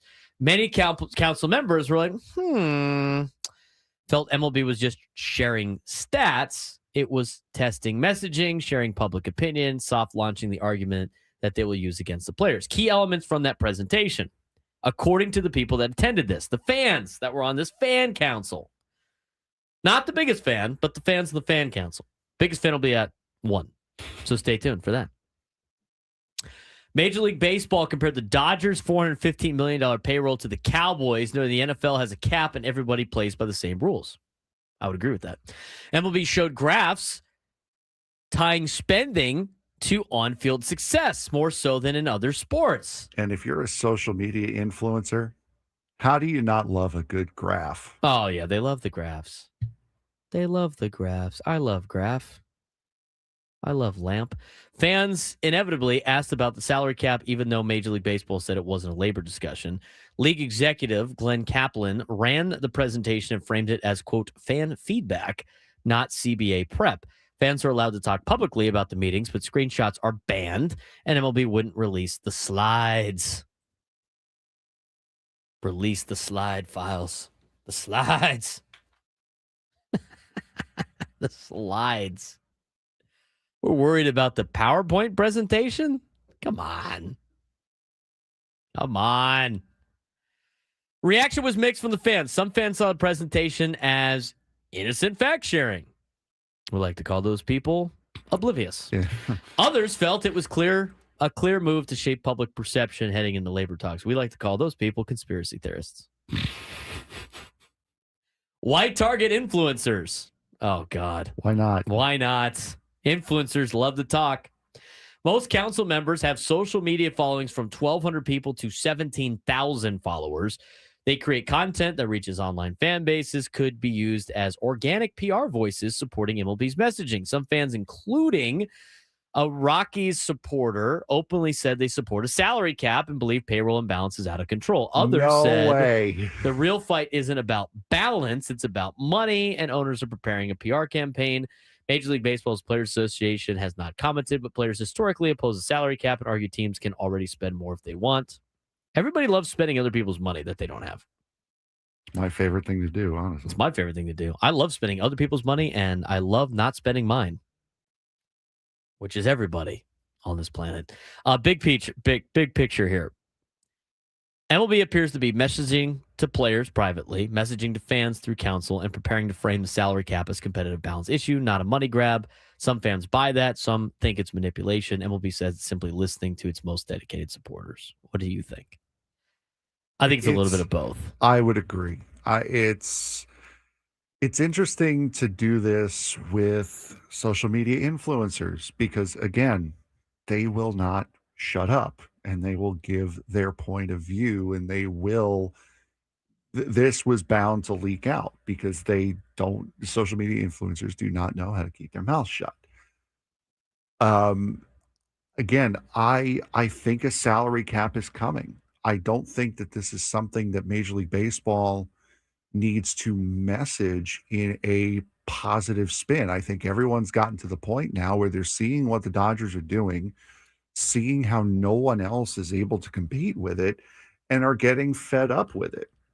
This is something that is going to happen. And again, as I've mentioned before, this is not 1994 where players and owners, where the owners are going to shy away from this. They're digging their heels in. They are prepared for a fight. And I think the messaging that needs to be done is not, okay, the salary cap is good and here's why. It's here is why this is worth missing a season of Major League Baseball for. That should be the messaging, not, hey, the salary cap is good. It's this is why it's worth missing a season over. Here's my thing on this again. Okay, I think the messaging is to try to convince fans that I think they're trying to win the public opinion thing. Okay, like both sides try to do all the time. And the Players Association will have something where everybody's going to be like, treat the play. They're going to feel like the players are a bunch of blue collar workers in a coal mine. That's going to be their messaging, like it is all the time. And the player and the owners are always like, we're trying to go competitive balance. I mean, both sides are trying to look for more money, which I understand. From a baseball fan perspective, this is why I always say I'm in the middle, because I want what's best for the sport that I like to watch. And for me, the sport that I love to watch would be better with a salary cap because it would make things more competitive. So that happens to be on the benefit of the owner side right now. I really don't care how the money works out. I don't care how much money the players make. I don't care how much money the owners make. They can make, negotiate whatever you want. But as somebody that watches the sport, and what I want to see in all of sports is you want to see the sport as competitive as possible. Am I wrong with that? No, not at all. Am I wrong with that? The players can make their own league. I respond to that every single time. They can make their own league. I watch the teams play. Yeah, I do watch the players, but the owners run the league. And they inherit all the risk. There's both sides to this. This is the same thing with business owners and the employees they have. The business owners inherit all of the risk. JH in the chat, do you watch the players or the owners? You watch, you root for the owners. You're rooting for the team. You're rooting for the team. Players, you watch the players. You root for the owners. Yeah. The Dodgers players are good players. They're nice guys. Why don't you root for them? I want balance. I don't really care how it goes. I don't really, and everybody in Major League Baseball is making more money than they really need when you look at the grand scheme of things. They really do. So for me, as a baseball fan, again, to me, I want everything to be equal in terms of competitiveness. You should not have a competitive advantage by being richer, wealthier. Wealthier teams should not get an advantage over the not as wealthy teams in a competition sport. The sport is about competition, and the rules need to be the same. You're not seeing leagues where certain teams get extra players on the field than other teams. You have to make them all play by the same rules. And if that means a salary cap, that means a salary cap and a salary floor. However they want to pay these guys is fine with me. I don't really care. They're all making money. All of them. All making money. And sure, they want to fight for more money. The players do. That's their right. Owners want to fight to keep more of the money. That's their right. But for me, as the consumer, I want to watch competitive baseball. I want to see teams have a fighting chance for players in free agency. I want to see teams have a fighting chance every year in the division. I want to see the competition level like the NFL has. When the NFL did not have a salary cap, who was winning all the Super Bowls, Frank? Dallas, San Francisco, Pittsburgh. Well, Pittsburgh's not a huge market. No, it's not a huge market, but teams that were spending a lot more than the other ones. And then since they implemented the salary cap and and all that stuff that they have, you got markets like Kansas City making a lot of money. Winning a lot of games. You got random markets out there competing at a high level. The strategy involved is great. Oh, I just spent $700 million on Ohtani. Now I only have $20 million left to fill out the roster. Teams would be like, what are we going to do now? But I think a lot of the problem with the salary cap for the players is they want to have their cake and eat it too. They want to get paid the most and also not be on a bad team. That's fine. They can argue for that. But to me, what's going to make the league the best, and same thing with the hockey. We could bring up the hockey situation all the time. I got to go back and watch it, but they had regional TV deals in hockey that were super unbalanced. Most of the Canadian teams had issues because of the value of the U.S. dollar versus the Canadian dollar. Complex issue for hockey. They implemented a salary cap, and it's thriving. You got all these teams being able to compete. You got a salary cap. You got a salary floor. Players are making money. Owners are making money. It's going to benefit everybody. What's not going to benefit everybody, and Ben had the best comparison of it all, you don't always want a bigger percentage of a smaller pie. Sometimes you want a smaller percentage of a bigger pie. And that's what the baseball can have if they can agree on this money. But the problem is both sides get very greedy in this sense and dig their heels in, and then you get these massive labor negotiations. But for me, again, I'm not rooting for either side. What I'm rooting for is for competitive balance in the sport. And whatever gets me that is what I hope happens. Stuff by Major League Baseball, I'm sure the data that they they displayed is probably biased. I'm sure there's a lot of biased data in there, but that's the thing with data. That's the thing with statistics. You can manipulate statistics any way you want. They're still facts, but you can manipulate them any way you want.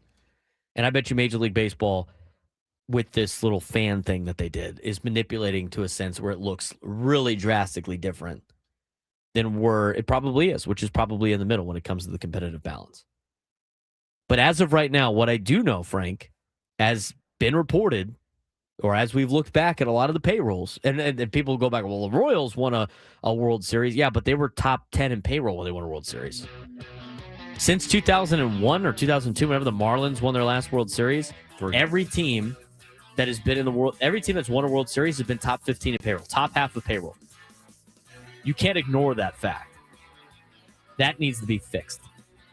I'm going to fix college football when we come back. Wish me luck. Braden Surprenant Show, noon hour when we come back.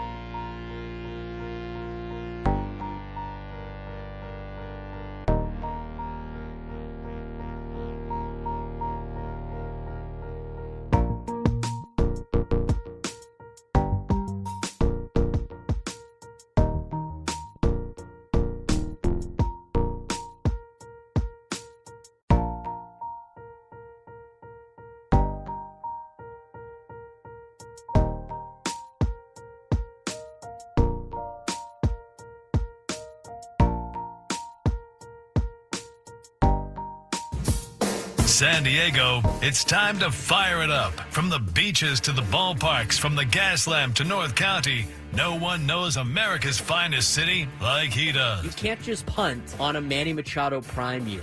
He's a fourth-generation San Diegan, born and raised in the heart of this community.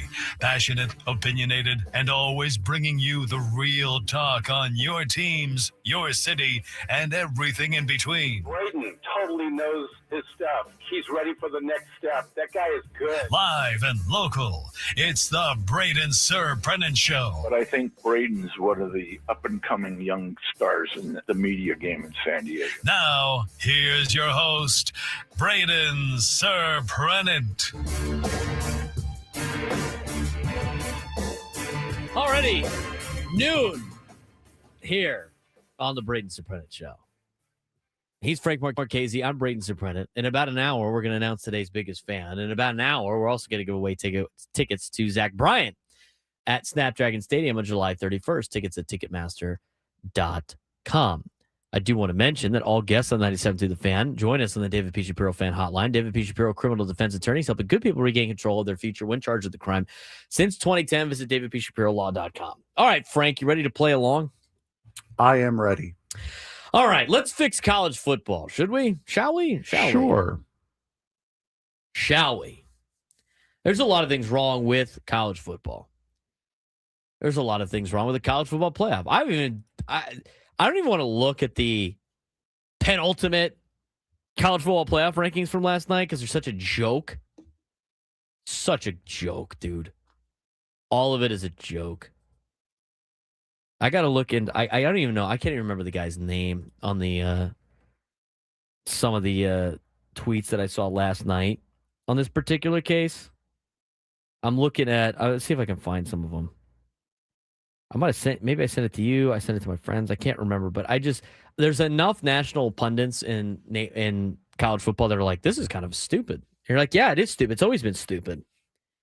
The first sense of this entire thing being a sham was 2014 when TCU and Baylor probably both should have made the NCAA or make the college football playoff, and they both were left out. And TCU went from 3 to out after winning by 55 points in year one. You can go back to Florida State didn't make the college football playoff because their quarterback got hurt, and that was used against them. Basically, this is a gigantic invitational that has no merit or really any type of juice in like determining the best team in college football. It's just a joke. I mean, I can look at the rankings right now. The fact that Miami is behind Notre Dame and they beat Notre Dame is just an ultimate sham. So we're going to fix that. And to me, the biggest thing you need to fix, there's a lot of things you need to fix in college football. I think you need to fix the dates. I mean, you have this Lane Kiffin saga going on. That's a disaster. It's going to continue to be a disaster.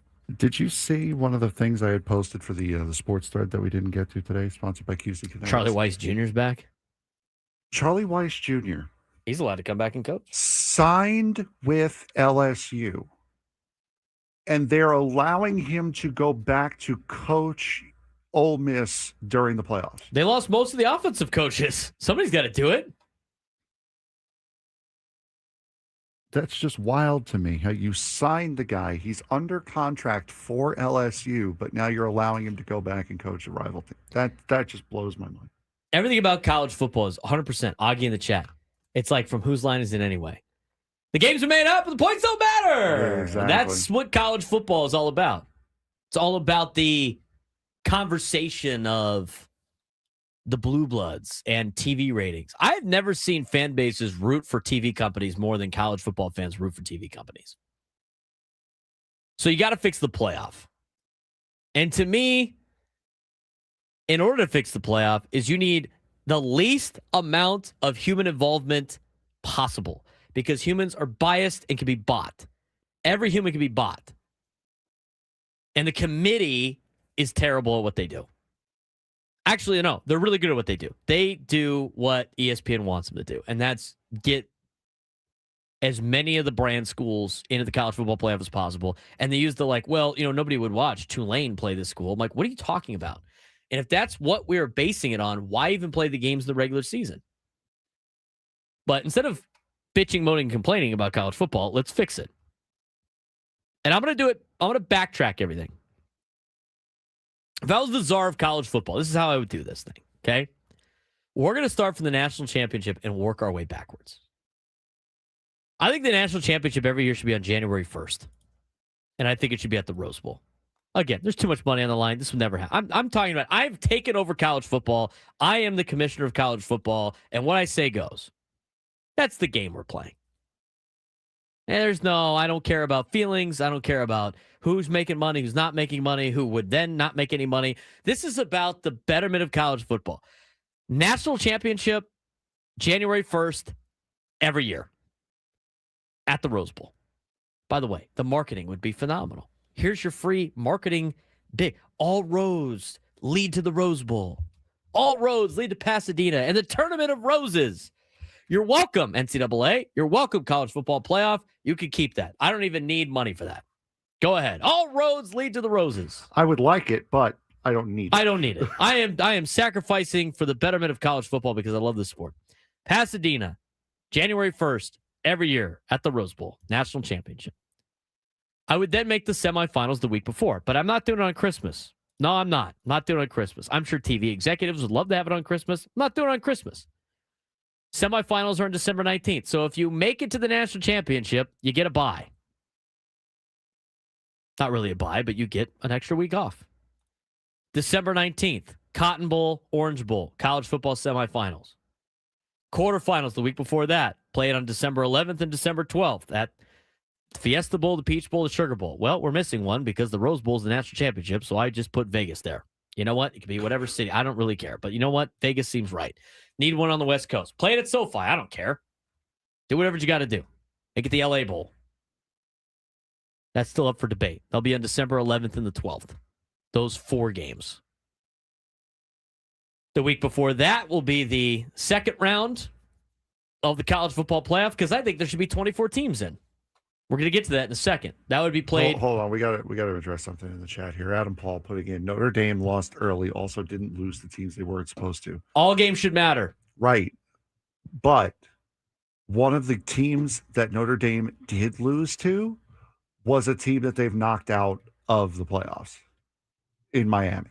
Miami should have that spot in the playoff. They should. It's not even a question. Hey, here's an idea. Don't lose to Miami. And you wouldn't be in this problem. Or, I don't know, join a conference, but they're greedy too. They like their own TV contract. Holiday Bowl. I like that idea. Sushi Sam in the chat. Holiday Bowl. We got to get onto it earlier. The last one. We got to get onto it earlier for sure. Head to head should always matter. But anyway, first round would be December 4th and 5th. And I'm doing this based on the calendar of 2027. The 2027, January 1st, 2027, backdating. So that would be on December 4th and 5th. Split it in half. Obviously, the games that are on December 11th. They should have the fill-in on the December 4th to get the week off, yada, yada, yada, yada, yada. And I would start the first round of the college football playoff Thanksgiving weekend. Thanksgiving weekend. First round of the college football playoff. And I would have 24 teams in it. I would give 3 automatic qualifiers to the ACC, 3 automatic qualifiers to the Big 12, 4 for the SEC, 4 for the Big 10. Every other conference has their one. So the American gets one, Conference USA gets one, the MAC gets one, Mountain West, Pac-12, Sun Belt. That leaves you 4 at-large schools. Those are the 24 teams that make it. You want to have a committee to pick the 4? Sure, go ahead. Least amount of human interaction as possible. So how do you get the automatic qualifiers from the conferences? What I would do every single year, again, and I make everything uniform. First of all, you got to add Notre Dame to the ACC just to make things balanced. But what I would do is the year before, you seed divisions. So, if you're in the ACC, let's just, Frank, pull up the ACC standings real quick. ACC standings coming up. We're going to use this year's standings to kind of determine this. So, the year before, the standings will determine where everybody's at. The Atlantic Coast, not all on the Atlantic Coast Conference. Right. We got to throw Notre Dame in there because in our theoretical deal, Notre Dame is in the ACC. So let's just say Notre Dame was second behind Virginia. So it'd be- I would snake the divisions. So Virginia would be in Division 1, Mhm. Notre Dame Division 2. SMU, the third best team, would be in Division 2. Miami would be in Division 1. And so you snake it across. So that gives you a division of Virginia, Miami, Pittsburgh, Cal, Clemson, Wake Forest, Stanford, Virginia Tech, Boston College. Wouldn't snake. Well, Yes, because you go Virginia, Notre Dame, SMU. oh, Miami, okay. Yeah, because you're not you just okay. Yeah, you snake it. It's only I back got and you. forth, right? So you snake it, and then that way they're balanced divisions theoretically for the next you year. got me. Yeah. In your divisions, you will play, or in your conferences, you will play 8 conference games. So for everybody. So what you would do is 1, 2, 3, 4, 5, 6, 7, 8. You play your division. That is your conference that year that you get to play. Mhm. So you get the 8 conference games. Then you play the non-conference against other divisions, whatever. You can have it open. I don't care. You can save stuff for rivalry games, whatever. And if you win your division, you get to qualify. But here's the deal. Everybody, the last week of the season, so you get the 8, you get basically what's going to happen is you're going to have 8 plus 1 on your conference games. 8 plus 1. What that plus 1 means is the week before Thanksgiving, since you're not going to do I eliminate conference championship games, Mhm. the last week is open-ended. So you get the 8 games in your division. So Virginia's got Miami, Pittsburgh, Cal, Clemson, Wake Forest, Stanford, Virginia Tech, Boston College. That's their schedule. At the end of the year, whoever finishes in first in that last week, it's almost like a conference championship weekend. So that last week of the season is an open game until you determine who finishes what. So Virginia would play Notre Dame in the ACC championship. That would be game 12 for them, not game 13. So that would mean Miami, SMU is the last game. Pitt. No, sure. I would do Virginia, Notre Dame. And then, you're right. Virginia, Notre Dame. So here's for the divisions for the ACC and the Big 12, they get 3 bids. Virginia and Notre Dame play each other to see who gets the 1, which automatically gets you a first round bye. And the loser they're in, but they don't get a first round bye. And then the winner of SMU and Miami is in the playoff, the loser at large. Mhm. And then you pair everybody else up too in the 2 divisions, so they all have games. So that last week of the season is open-ended. You don't know who you're going to play, but it's a fun week before Thanksgiving. In the SEC and the Big Ten, it's a little bit different because there's more teams getting qualified. So we do the same thing. Ohio State would play Indiana. And then the 2 in Division 1 would play the 3 in Division 2. And the 2 in Division 2 will play the 3 in Division 1. And so the winner of those games would then advance. So that would be just so we have it here. Based off of this year's standings, the way you have it, it would be Ohio State, Indiana. Yeah, so the last week of the season, you have Ohio State, Indiana. USC would play Iowa. out of Division 1 will play Iowa in Division 2, and then Division 2, number 2, Oregon would play Division 1, number 3, Michigan. Correct. That's based off of this year's result. Right. And then you pair the 4s, the 5s, the 6s, the 7s, the 8s all the way down, and they play that weekend because it's their final game. So what happens is whoever wins Ohio State, Indiana gets a first round bye in the playoff. The loser is in the playoff. And then the winner of USC, Iowa is in, and the winner of Oregon and Michigan are in. So if you finish in third in your division, you're a game away from making the college football playoff. Yeah. And if you're the 2, you got to win to get in. And so that way you have 3 Big Ten championship games the final week of the year for week 12. And so that would seed. And the same thing with the Big 12. They would have Texas Tech play BYU. Houston would play Utah. The winners of those games, winner of Texas Tech, BYU gets a bye. Winner of Houston and Utah get in. And so you would do that for the Power 4 schools. And what happened with that is your qualified teams would be Virginia as the ACC 1, Notre Dame ACC 2, Miami ACC 3, Texas Tech, BYU, and Utah make it out of the Big 12. Ohio State, Indiana, Oregon, USC in the Big 10. SEC would have Georgia, Alabama, A&M, Ole Miss. The American winner, Tulane, Jacksonville State out of the Conference USA, Western Michigan, New Mexico out of the Mountain West. We'll say Boise State's the Pac champion. I'm changing that. I'm sorry. And then James Madison, the Sun Belt champion. Why, you don't think Jacksonville State's going to beat? No, I do not. Kennesaw State? I think Kennesaw State's give me a break. So anyway, you would do that, and then you seed it. The top 8 seeds get a bye. The 4 Power 4 conference champions must get a first-round bye, but that doesn't mean they have to be 1 through 4. So as laid out on the graph in front of you, Ohio State would have the 1 overall seed. Indiana would get 2, Georgia 3, Tech 4, Oregon, Ole Miss, Texas A&M, and Virginia, since they're ranked lower, would have the 8. They automatically get a first-round bye for winning their conference. And then you seed it out.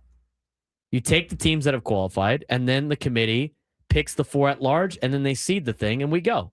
So you'd have Utah, USC in the first round. Winner plays Ohio State. And those first 2 rounds are on college campuses. What are your thoughts on that so far?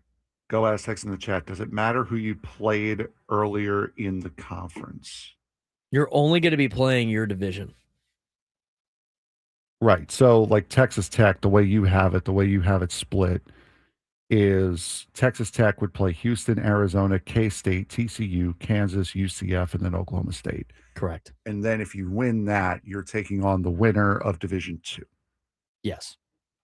And then if you finish in second, you play 2, 3 plays 3. So like reality is that final week of the season for the Big 12, the week before Thanksgiving, you cross the division. You cross the division. So that's an open-ended game. You don't know who that game's going to be. So you basically play an 11-game schedule plus 1. So you eliminate the conference championship of 13, and then you have a 12-team schedule. Mm-hmm. And then after that, like at the beginning of the season, with your non-conference games, you get everybody, because everybody's going to play relatively 9 conference games. So the big conferences like the ACC and the Big Ten, they get to play. They have that last game of the year. The Big 12, you could play an additional game. You could do a rivalry week if you wanted to. It didn't really matter. But then everybody plays 3 non-con games. And here's what I would do. The 3 non-con, I think, would be predetermined like the NFL. So you would play, some team you would pair up the ACC or the Big 12, Big 10 and SEC, pair up a group of 5 school. And then for the FCS, here's what I would do about the FCS. So again, you have to work all your way back. So since we're finishing on January 1st, all of a sudden the schedule starts a little bit earlier. But everybody complains about the FCS games. I would do that as a scrimmage, as a preseason game. Mm-hmm. So you're going to play 12 games that matter. You'll play 13 games technically with the FCS game. But that FCS game, all the Power 4 schools host, and it doesn't count. It's a preseason game. You get to pay the FCS school to play, whatever. You still get all the work in that you need, and that's week 0 before the season starts. Wilbur the Wildcat, who has D1 experience, D1 college football experience, is in on this. Correct. He's liking it. So again, like Go Essex said, so in the scenario, BYU and Texas Tech didn't play each other. You're only playing your division, and the division gets seeded at the end of the year, right? Mm-hmm. So then when you start backtracking in terms of dates. So like let's just go off of last year. Let's do last year. Let's do last year's ACC.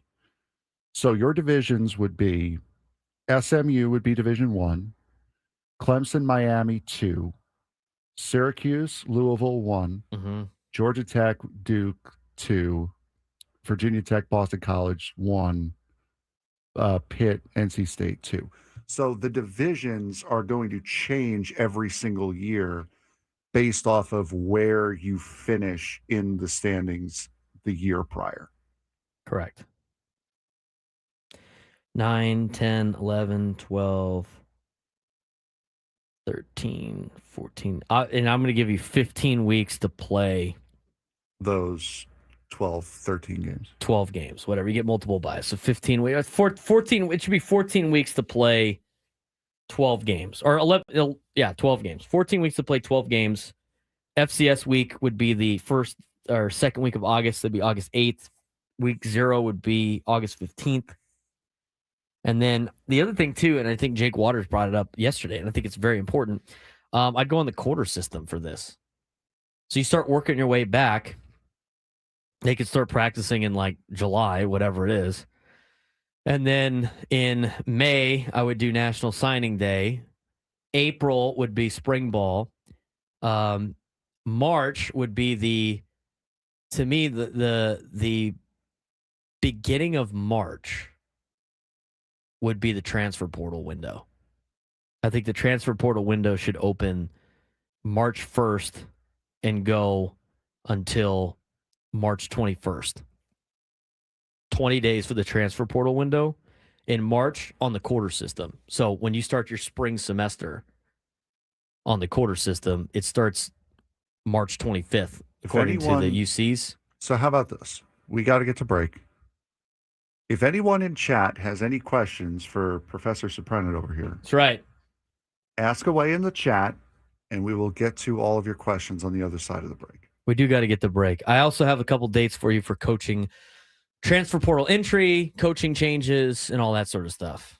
I have fixed college football. What do you think? 833-288-973, 833-288-973. Braden Surprenant Show continues on San Diego's number sports station 97 through the Fan.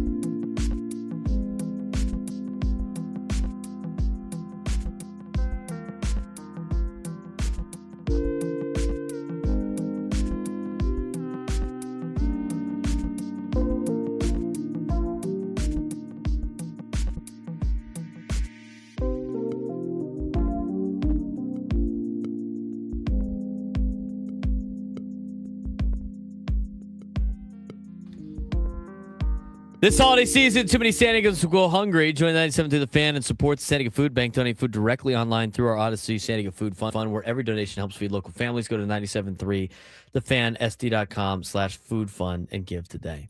The school thing is crazy. That's the funniest part to me on all these arguments. It's like the school, like all of a sudden we care about school again. They don't care about school. They don't care about school. I have made something in which, if they actually cared about the student athletes going to school, they would change what they would do in order to make it happen. Frank, when you look at this proposal, I mean, like, to me, I think if they're going to try to, because this is why we run into problems with trying to make the calendars are, well, they got to be ready for school. School is just used as an excuse to put cold water on ideas in college football, Frank. And those who want to go to school can still go. They can still go. If go. they choose to, but you don't have to force them to go. Right. I mean, they could stay on the semester system. I would designate everything for the quarter system. And guess what these schools are going to do to get players? They're going to start adjusting their schedule. Why? Because they want the money. Mm-hmm. And they want the fan base involved. And they're going to change it to make themselves better for it. They'll slowly start changing it. Now, for all the kids in college athletics that are going there for the old-fashioned way, which I admire more, and to get an education, they could do that. Just be a lot harder to transfer. But if they're there for school anyway, what do they need to transfer for? So I'm saying, like, I think people like use the school thing as this fake, oh yeah, they care. They don't care about the school stuff. You talk to any high school players right now of what they're interested in when it comes to like signing at these places, it's about money. And we're talking about football only right now. It's mostly about money. The school thing is one, but it's mostly about money. And again, this is built in for the semester stuff. Now, here's the deal. The winter quarter begins for UCSD. I just use UCSD because I know they're on the quarter system, right? So their winter quarter begins Friday, January 2nd. Well, if you're playing the national championship on January 1st, everything's set up for the next semester. I would have the transfer portal. We worked back on this fixing college football. If you missed any of it, you can go back and listen. I'd have the national championship on January 1st. I'd have the semis on, this is for the 2027 calendar, 2026, 2027 calendar. Semifinals on the 19th, quarterfinals on the 11th and the 12th, second round on the December 4th and 5th, and the first round of the college football playoff on Thanksgiving weekend. Not on Thanksgiving, on Thanksgiving weekend. The Friday and Saturday of Thanksgiving weekend, all for the college football playoff. Week before that, you have the open-ended game for your conference. Work your way up 14 weeks. Again, you're playing less games than it was before. So you work your way up 14 weeks from Thanksgiving in that particular calendar. If I look back to see what we have here, It start like the second week of August, which is when high school starts right now. Start the second week of August. They'll start. It pretty much bumps week 0 up a week. Right, but you have them start camp the third week of July. The spring semester ends in June. That gives it gives them a month off, which they're already out there working out anyway. You do signing day in May. You do the spring football and games in April. You do the transfer portal window in March, and this is just for football calendar. And you let January and February for postseason coaching firings and hirings and the carousel and all that fun stuff. And if your coach gets fired in that time, you can enter the transfer portal like you would normally do. There's your schedule. I mean, you could probably open up the portal from January, whatever. You could do it for the entire winter. You could do it for the you know what? That should be the deal. The entire winter quarter, the portal's open. The portal closes before the spring quarter starts. So that winter quarter, you can enter the portal and do all that stuff. You're not doing anything during that time anyway, football-wise. That's all dead period. That's when you can enter the portal. You still finish school, right? Because all those guys have to finish school for that semester. So the winter quarter ends Saturday, March 21st. This is for 2026. In the UC system, Wednesday, March 25th, when the spring quarter starts for the quarter system schools, you got to be at your new school. That gives you an entire quarter to find a new school. That's even more than it should be. But that's the off-season schedule for college football. National championship is January 1st on the New Year holiday. January 2nd, the first day of the winter quarter. That's when all off-season stuff can start. Everything needs to be done by March 21st. There are no early enrollees. You eliminate that. I would get rid of that immediately. National Signing Day in May. And we're off and running. What do we think? I like it. I think it fits a little bit better. I think it works with the college and school schedules well. I would not mind seeing that. Plus, it would be nice to, one, know who you're going to play every single year, but also have the divisions, to basically have the division system back, the division system back, but also have those divisions change every single year. I think that's a nice little interesting twist to it. Yeah, and it's all based on like trying to make it competitive. Yeah. Balance. I think that's better than the entire regulation and promotion. Now Relegation model. The only problem that I would have tweaks. The only problem that I would see with that is you're going to lose. There's a potential to lose games like Ohio State, Michigan. You have the potential with your moving division system to lose those games. I think they should have that. So the other thing too is that you get 3 non-conference. I think one of those should be set up to potentially play one of those. But if you have to, that's an extra conference game, though. Well, you wouldn't count it as a conference game, which is what they do now anyway with all the conference realignment. So it'd be a rivalry. It could be a rivalry non-conference game. It doesn't count to your conference schedule if you really wanted to play it. Preserving rivalries. I'm sure you could fix divisions for that in terms of games. I mean, there's all of the schedules. You can work the minutia out for some of those things. Yeah, if they're in the same division, you get the game, so it doesn't matter. But if they're in, like you said, one's in division, if Ohio State's in Division 1, Michigan's in Division 2, Ohio State wins, but Michigan doesn't, you lose that game for the year. Right. But my thing is you could theoretically maintain a rivalry circle where you have protected rivals, and there's ways to work that out. The other thing I would do, so it would just rotate as to whether or not it's a conference game depending upon their schedule, where they land in the divisions. So here's the other thing that you should do. Here's the other thing that I would like to incorporate. It would be the week 1 game is the bowl game. Now, it's going to be hot in a lot of places, but maybe the bowl game locations change based on that. But here's what you do, because now you have an event every month, except for February. So January, you have the national championships, even though it's January 1st, and that's the off-season start. March is when the transfer portal window closes. April is spring football and spring games. May is National Signing Day.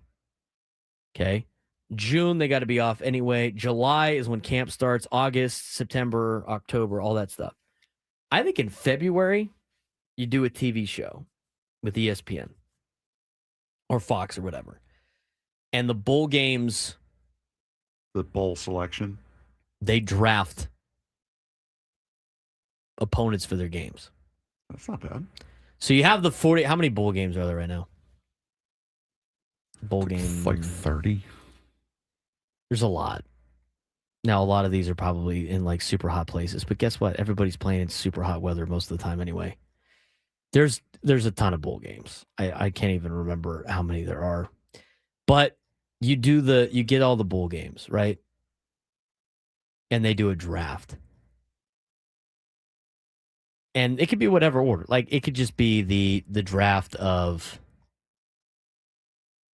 their conference contracts, right? So the Holiday Bowl has right now, they have the ACC and the Pac-12, and this is all changing at the end of the year anyway. So in February, you do a show, or maybe you take February off because it's like the Super Bowl and stuff. But like February or March, you do a show, for college football, and it is the bowl selection show. And you have, let's just take the Holiday Bowl, for example. Let's say the Holiday Bowl gets the third choice in the ACC, and they don't because they made it a little bit more complex now. But let's just say you have the second pick for the Pac-12 and the third pick for the ACC. So you do the draft in order, and you go through and you pick all the SEC teams first, then you go to the Big Ten and stuff like that, and you get picked for matchups. And so you watch, and you're like, all right, where's week 1 going to be for us? I mean, who are we playing? Like, does everybody want to know who they're playing? And so you get the picks, right? So the Holiday Bowl, let's say they get the second pick and the third pick. Second pick of let's just say they have the Big 12 and the ACC. So they get the second pick in the ACC and they get the third pick in the Big 12. And the first pick in the ACC goes in, like, whoever they pick Notre Dame. Holiday Bowl goes, we're going to take Miami, whatever. They take Miami. And then the Big 12 comes up. It's like, we're going to have Miami play BYU in the Holiday Bowl week 1. And so now Miami's got a game against BYU week 1 in the Holiday Bowl. And again, it doesn't predetermine it from the year before. So when you have portal and stuff like that, but it should be after the portal's closed. So June, I don't know if June's enough time. May or June, you do the bowl game draft for college athletics, and that's your week 1 matchup. No, I think you could do it in February. You got to give the bowl team, like, they got to know what the rosters are for some of these things. Yeah, true. So if you're doing it based off of last year's results, there's going to be seniors that aren't there anyway. Or you make it even simpler. 5 days after the conclusion of the national championship. Go Aztecs is bringing up a couple of very good points as far as having the bowl games at the beginning of the year.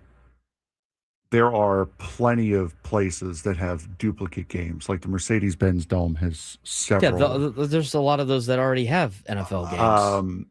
But no, I'm talking about duplicate bowl games. So you're losing bowl games in that. Well, I'm just saying but the bowl game structure needs to be fixed. Well, here's the thing: you have to add bowl games now because everybody's playing in a bowl game. At least so there's got to be places that add bowl games. The Fenway Bowl, the Wrigley Bowl, the Pinstripe Bowl, those are you gone. Would lose some of those, but you would probably gain others in other parts of the country. You can also schedule those to go on like when the Yankees go on a road trip. Yeah. You can schedule around it. They could do that. I mean, I'm sure it's going to be hard to do in the baseball stadiums, but anyway, let's go back to here's my idea on the bowl games. I'll tell you when we come back. I'll incorporate the bowls to make it. Because I'm addressing everything that people get upset about. Here's how I address the bowl games when we come back on the Braden Surprenant Show, San Diego's number one sports station, 97 through the Fan.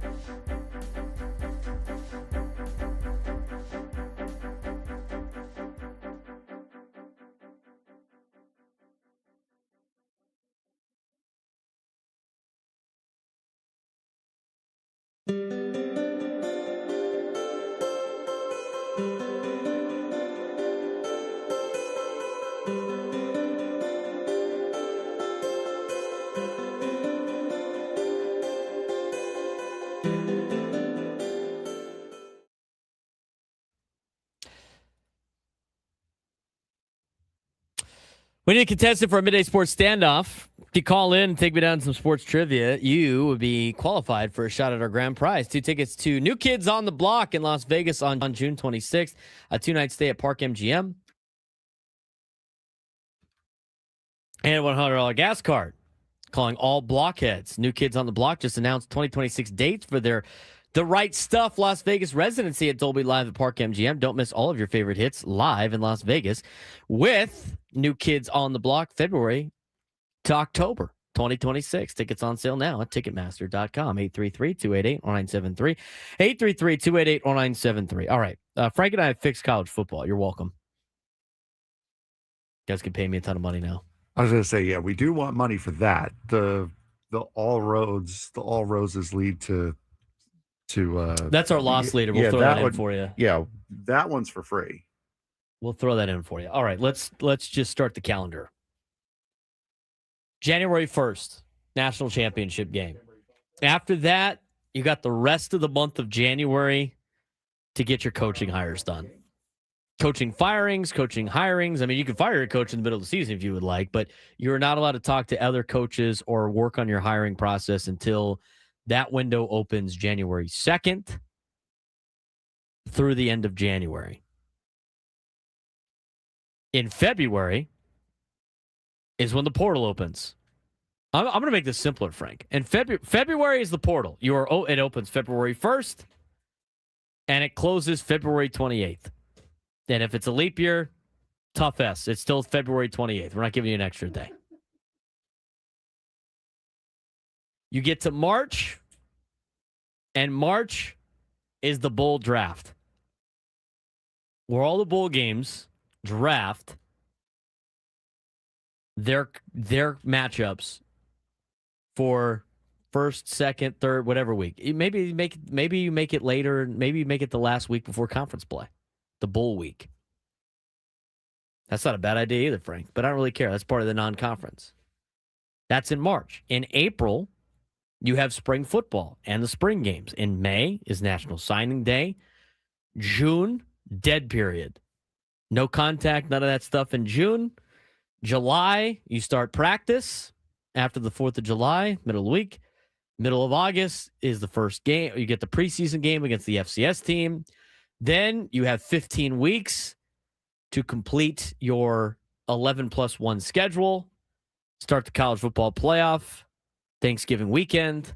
It rolls into December 1st. Everybody's off. No games the week of Christmas. And there's your college football schedule. It's perfect for the quarter system.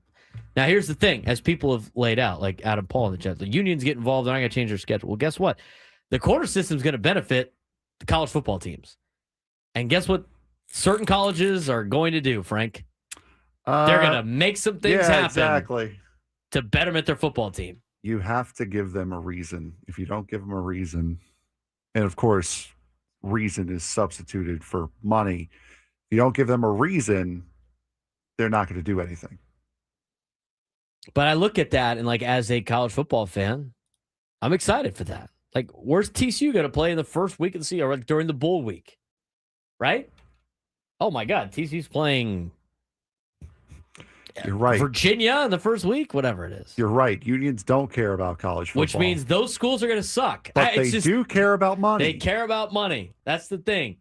Those unions are going to care about money. That's all they care about is money. Reason equals money. Right. If they're too stupid to understand that they're going to lose money if they don't change their thing, then they're not.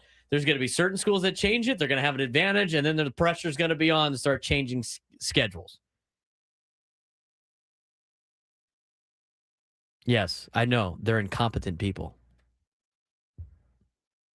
A lot of red tape, holding back progress. This is why you don't have nice things. You know who's not incompetent? The midday sports standoff contestant. Exactly right. I think we fixed college football though, Frank. I agree. I want to hear people's comments on that too. All right, let's get to it. Welcome to Midday Sports Standoff on the Braden Surprenant Show. I can't believe what I'm seeing right now. The ultimate head-to-head battle where sports knowledge and quick thinking collide. It's no good. Are you kidding me? Contestants will go toe-to-toe with Braden in a sports trivia deal where every correct answer brings them closer to victory. Down the sideline! Wow! Unbelievable! But 3 strikes and it's game over. This is not Detroit, man. This is the Super Bowl. Can you outsmart Braden? The midday sports standoff starts now. All right, Frank, who we got playing today? We have Peter in San Diego. Peter, how you doing today, bud? Just living the dream, my friend. There Happy you- New Year. There Love you it. go. Love to hear it. He's not an anteater, is he? So today we have 8 answers to our trivia question. So there is a chance for a tie victory. The 8 oldest active starting quarterbacks in the NFL. 8 oldest active starting quarterbacks in the NFL. Peter, What you're week? first. I got. You keep doing the quarterback It's one. this- Which week is the week that counts as the starters? last week. We'll do that. Last week. Okay. Peter, go ahead. First guess. Let's start off with Aaron Rodgers. He is the oldest. Old. Matt Stafford's got to be up there in age. Matt Stafford is number 4. Really? It's older quarterbacks than Matt Stafford? Peter, I am going to go with Geno Smith. Geno Smith is number 6. Really? Oh, there's some of these guys that were like old in college too.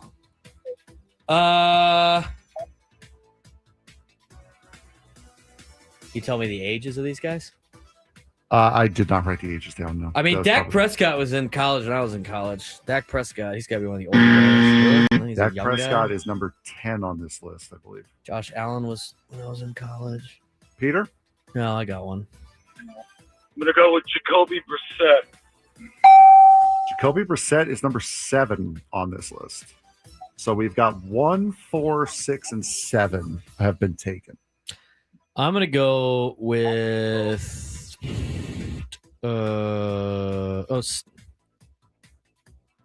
Jared Goff. He's been in the league a long time. Really? Jared Goff is not on this list. No. Peter, you can clinch a win right here. Now comes the fun part where the brain is going blank. Let me think of something. I'm going to say Lamar Jackson. Been around for a minute. No, he was No. in college when I was in college. Lamar Jackson is not on this list. Braden. The other name I was gonna say was Sam Darnold. That is strike number 3 for Braden. So, Peter, you are officially qualified. Just hang on the line, and I'll get your information. You are qualified and good to go. Who are the old quarterbacks? If you say Joe Flacco, I'm gonna lose my mind because he's not starting. Tyrod Taylor is Oh on this my list. God. He's starting, is he not? But you didn't count him as a starter yesterday. Justin Fields was a starter yesterday. Today, Tyrod Taylor's a starter. Marcus Mariota is on this list as well. I was thinking about Marcus Mariota. Yes, he is on this list. So there you go. That's it. There's only 2 we missed. You said there's 8. We only got 3. Who else? Who else? I don't think it's worth mentioning. Say it. I don't Say think it. it's- I gotta know because this is a baffling question to me. I don't think it's worth mentioning. No, say it. Really? I think we're good. No, say it. Kirk Cousins is on the list. He's not a starter. What a joke. Who else?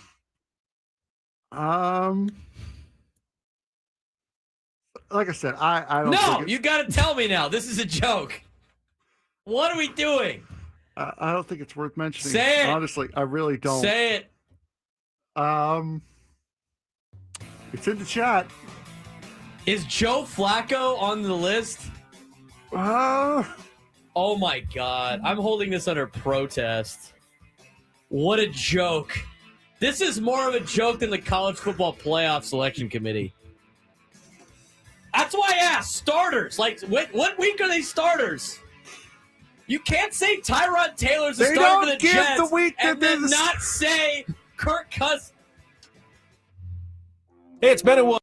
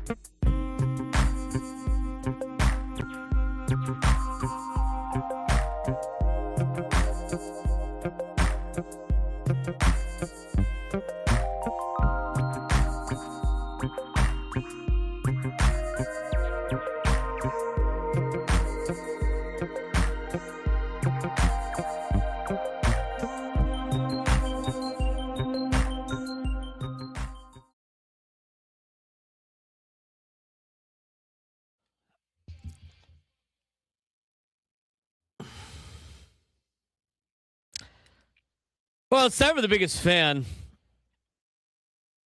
I thought we were making good progress there, but the question that was asked. Did we get to all 8, or are we naming more people that aren't actually starting quarterbacks? No, we got to all 8. We got to all 8. Can you repeat? We're going to repeat those in a second. No, we don't. Like I said, again, the video I get these from, I will not reveal my sources because then you guys can look it up and ruin the game, as if I don't do a good enough job of ruining that already. Mm-hmm. They give you, I am giving you exactly how they phrase the question. Top 8 oldest active starting quarterbacks in the NFL. And then those are the answers that they give. They don't say which week. They don't give a specific time frame. It said oldest active starting quarterbacks in the NFL. Why didn't you just say oldest active quarterbacks in the NFL? Because there are probably more than 8, and I didn't have that list. Or oldest, the 8 oldest quarterbacks that have made a start this year. I took a guess. 8. Guess wrong. I did. Bitch. All right, time for the biggest fan. You said last week only.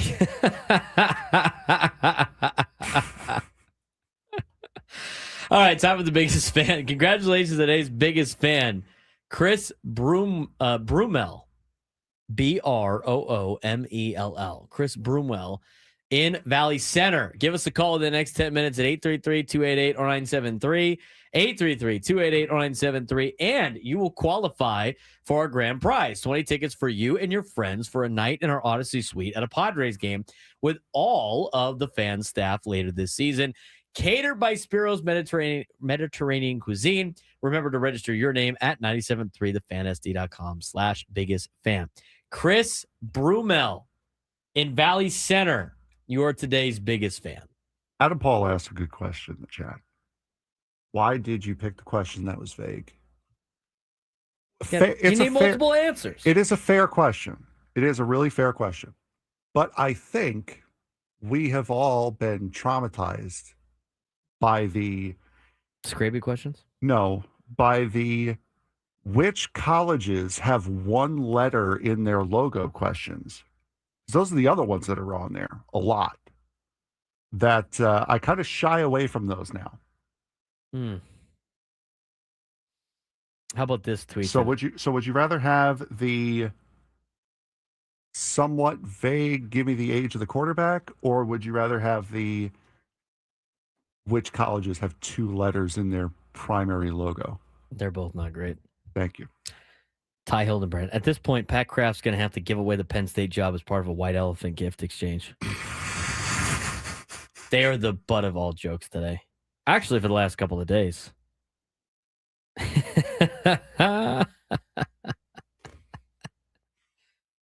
need the Kawhi Leonard laugh for that particular deal. It's so funny. I know someone has it in here. Hold on. Man. I bet you can find it. I feel like Gwen and Chris have it. Yeah, I was going to say, I'm like 99% sure it's them. Fake place, fake name, Cole Brooks. I'm trying to scan through. We do get a phone call here. See if it's today's biggest fan or not. We are going to give away Zach Bryan tickets as we go to break. Anyway.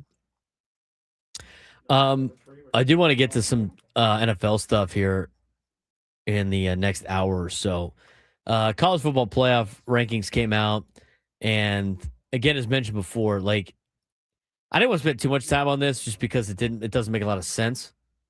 The college football playoff rankings, everybody's complaining about certain teams, certain schools. Like the biggest one to me is the Texas complaints. Like people at like Sark saying like, we played Ohio. We're getting punished for playing Ohio State. Nobody's punishing Texas for playing Ohio State.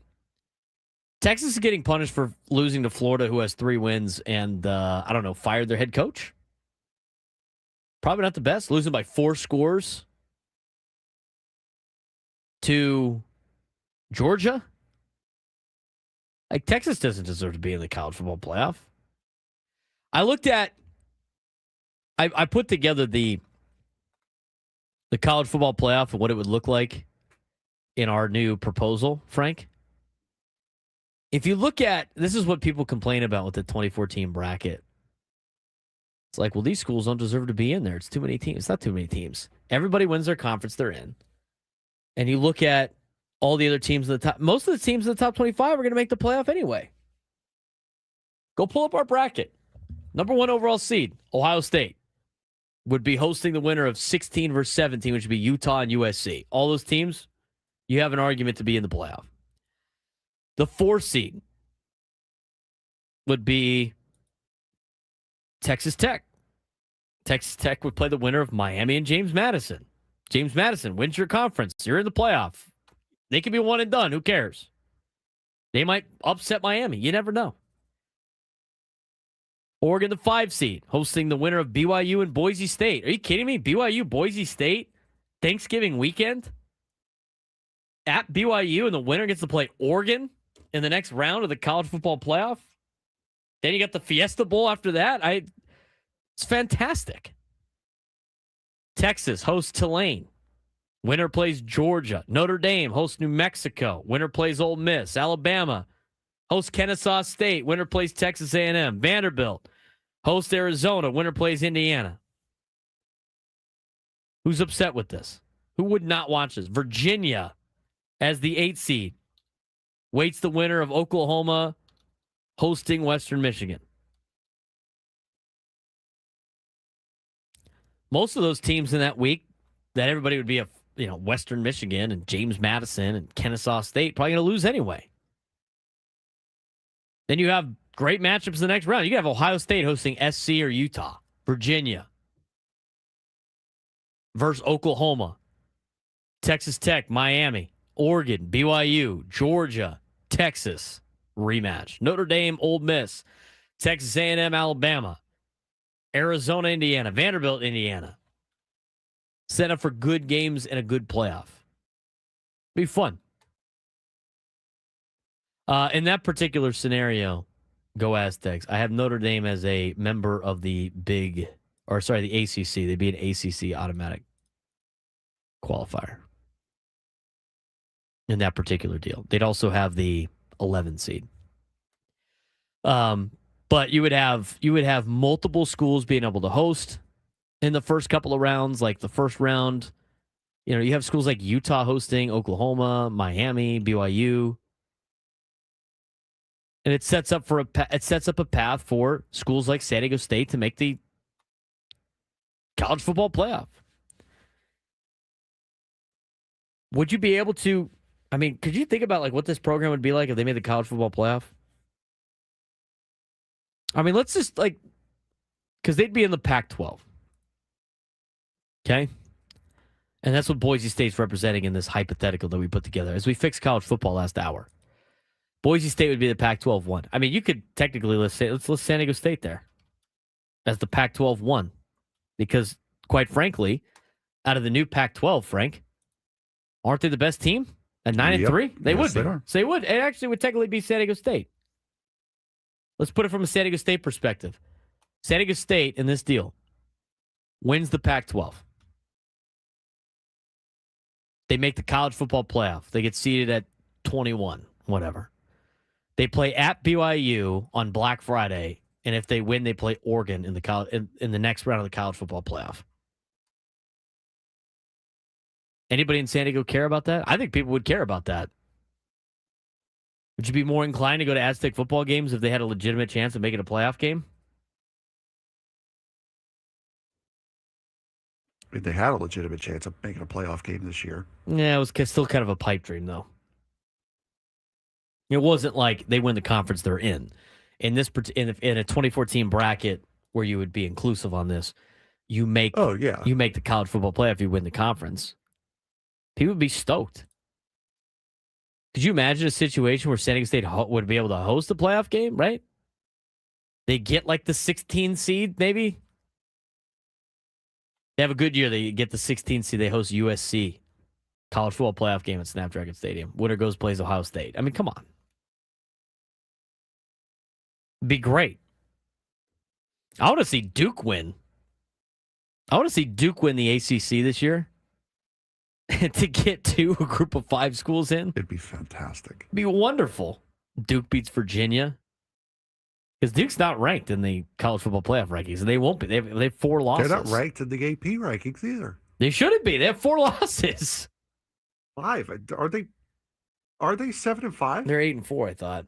They're- Maybe they are 7-5. I thought they were 7-5. That'd be even worse. They have 5 losses. No, it'd be even better. Yeah, they're 7-5.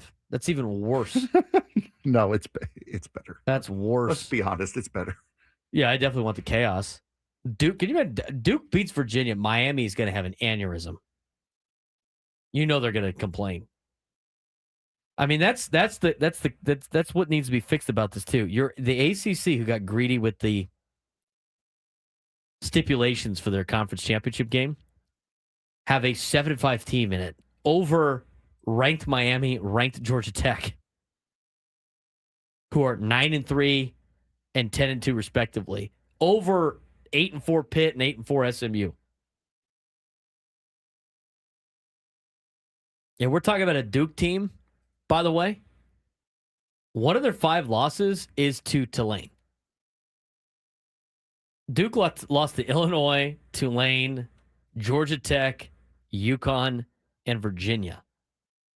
God, I'd love to see them beat Virginia. I would love to see them beat Virginia. David Pollock finally awakens. Look at this tweet that he put out. This is him. This is the awakening. David Pollock, who used to work for ESPN, doesn't anymore. Remember, the College Football Playoff Committee is not trying to get the 12 best teams every year. They're trying to justify the 12 teams they could put in. I didn't say I agree with it or like it, but it's pretty consistent every flipping year. Oh, boy. They're starting to awaken, Frank. They have seen the light of how stupid this thing is. I saw today, because we have a little bit of time left, I saw today on ESPN and the 4-letter network. And I give Frank credit, man. He has not put that network on one time unless it's a live sporting event. And even then, he barely puts it on in the studio. They had the question today. Can BYU snake Notre Dame's playoff spot? To my immediate reaction of, give me a flipping break. Oh, allow me. Hold on. BYU should be in it, period. Win or lose against Texas Tech, BYU should be in the college football playoff. Their only loss is the Texas Tech. They're 11-1. They came in at 11 this week. And the separator, they're basically there at 11 just so people can't bitch, moan, and complain about Miami being ranked right behind Notre Dame and not flipping with Notre Dame because they, I don't know, beat Notre Dame? I told you, but has anyone out there seen what the ACC network is doing until the playoffs are decided? Yeah, you said that they're re-airing the game. The ACC network is going to be re-airing the Notre Dame-Miami game every single day until the playoffs are solidified. So if you just so happen to miss Notre Dame versus Miami this year, check your ACC network listings. There's a lot of different things that you could do with this. But like the college football playoff rankings right now, first of all, these are a waste of time because they're going to change big time, even with the results. But like they said, I mean, how many times do you have to hear the committee go, well, we don't want to punish a team for having to play a 13th game. The first year was like, well, they played a 13th game. It should benefit them. Like, to me, if I had to see the college football playoff right now, Ohio State would be the 1. I agree with Indiana being the 2. Are they still doing the conference winners, or did they eliminate that? I can't keep track of, like, the way that they do things. I don't know. It's whoever the NCAA thinks. It's not the NCAA. This is a independent thing for the NCAA. This is the college football playoff It's whoever the committee feels as though is going to make them the most money. I mean, deserves it the most. Ohio State being the 1 seed, Indiana the 2, A&M the 3, all makes sense. Ohio State the 1, Indiana the 2, and Texas A&M the 3 all make sense to me at this point in time, except for the fact that Texas A&M's not playing this weekend. No, this is old. Never mind. No, it's Ohio State, Indiana, Georgia, and Texas Tech should be the top 4. I don't think there's really any gripes with that. Oregon, the 5th best team, fine. Ole Miss 6, Texas A&M 7. I mean, Oklahoma's ranked kind of high, but they're 10-2. Oklahoma beat Alabama. Oklahoma fared a lot better against that schedule than we both had anticipated they would. Alabama 9, Notre Dame 10, and there's 2 conference winners that could have bump somebody, right? Because you have Ohio State's the Big 10 winner. Yeah, there's 2. Georgia's the SEC, Texas Tech's the Big 12, and then it's Big 10, SEC, rankings, Independent, Big 12, ACC, and Miami's not going to be the champ, which means you have 2 teams are getting bumped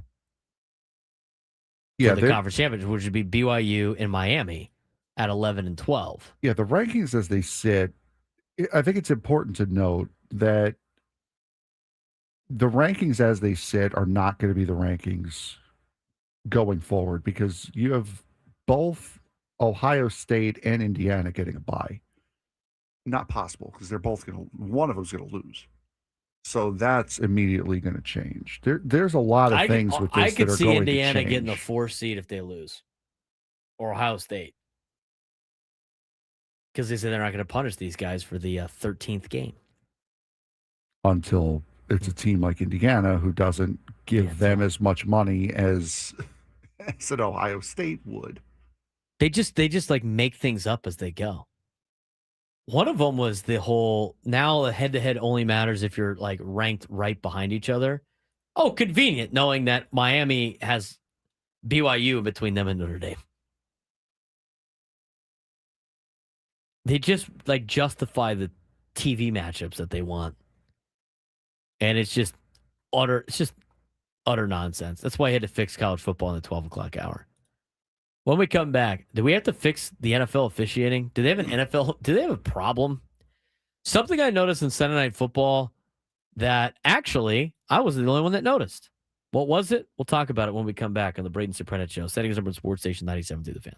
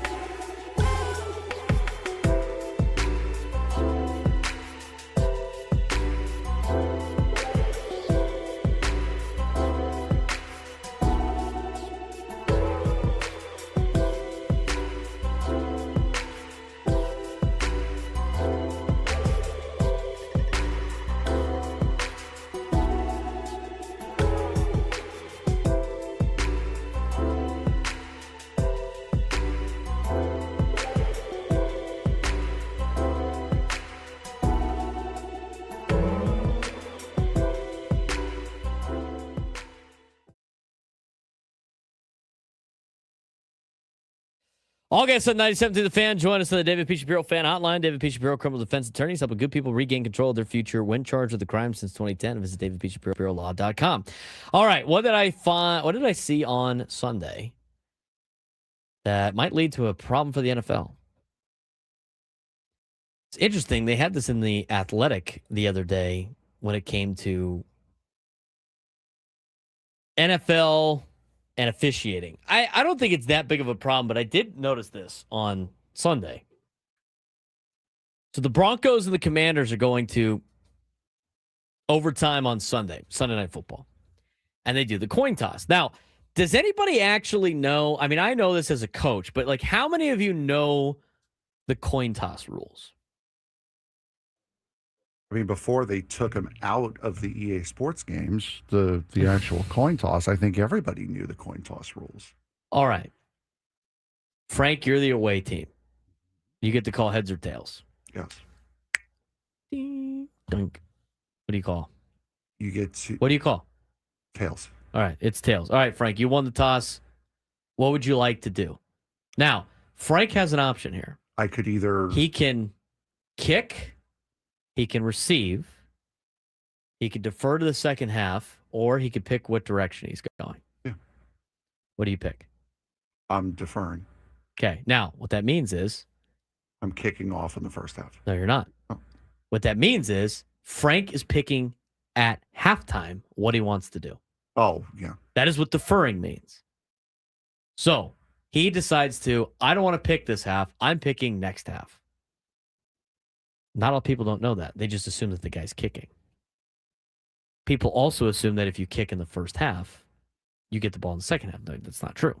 So if Frank says that he defers and the other team says, well, we'll kick, think they're going to get the ball back. Frank gets the ball in the first half. And then to start the second half, the ref goes, what would you like to do? I want the ball again. You get the ball twice. Not everybody knows that. So we're going to get to what happened on Sunday in a second. I always make sure that the captains, and this is why you got to pick competent captains, not just good players.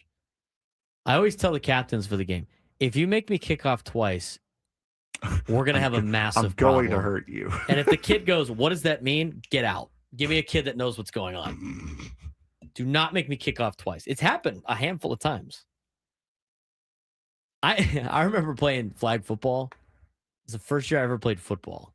I think it was in third or fourth grade, like the rec flag football leagues. And we had like Scripps Ranch, Mira Mesa was like a combined thing. And we won our little league. And then we went and played in a tournament with all the other league winners at Robb Field. And my dad was the coach. My dad had coached high school football for a long time.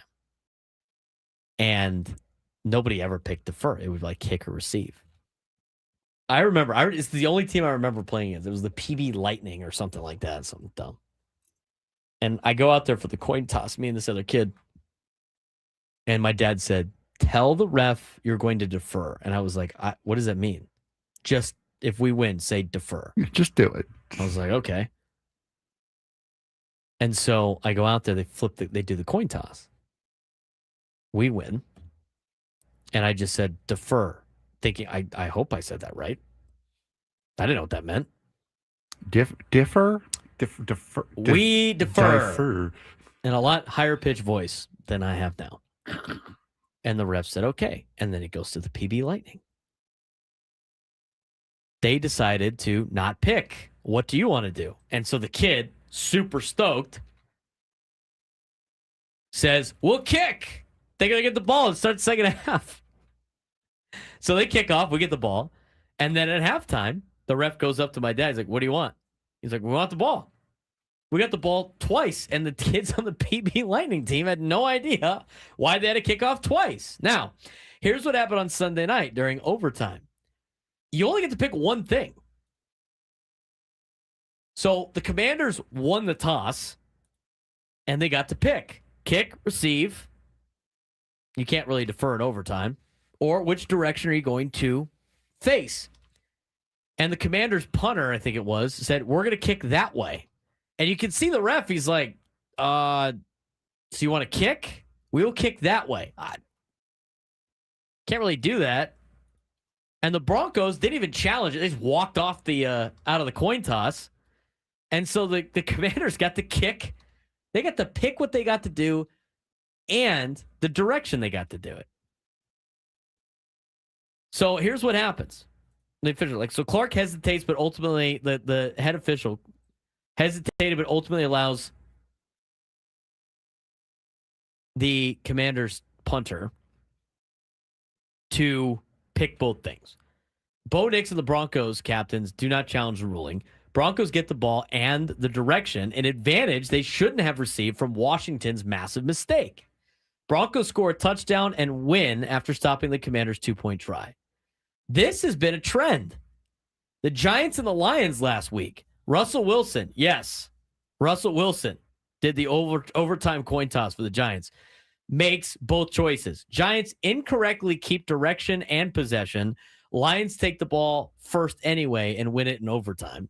Panthers and Falcons back on November 16th. Bryce Young uses the same phrasing. We'll kick that way. Panthers get both choices incorrectly and win the game. Colts and Falcons in Berlin. Refs wrongly allow Colts to call the coin toss, even though Atlanta should have. NFL realizes mistake, redo the coin toss during the commercial break.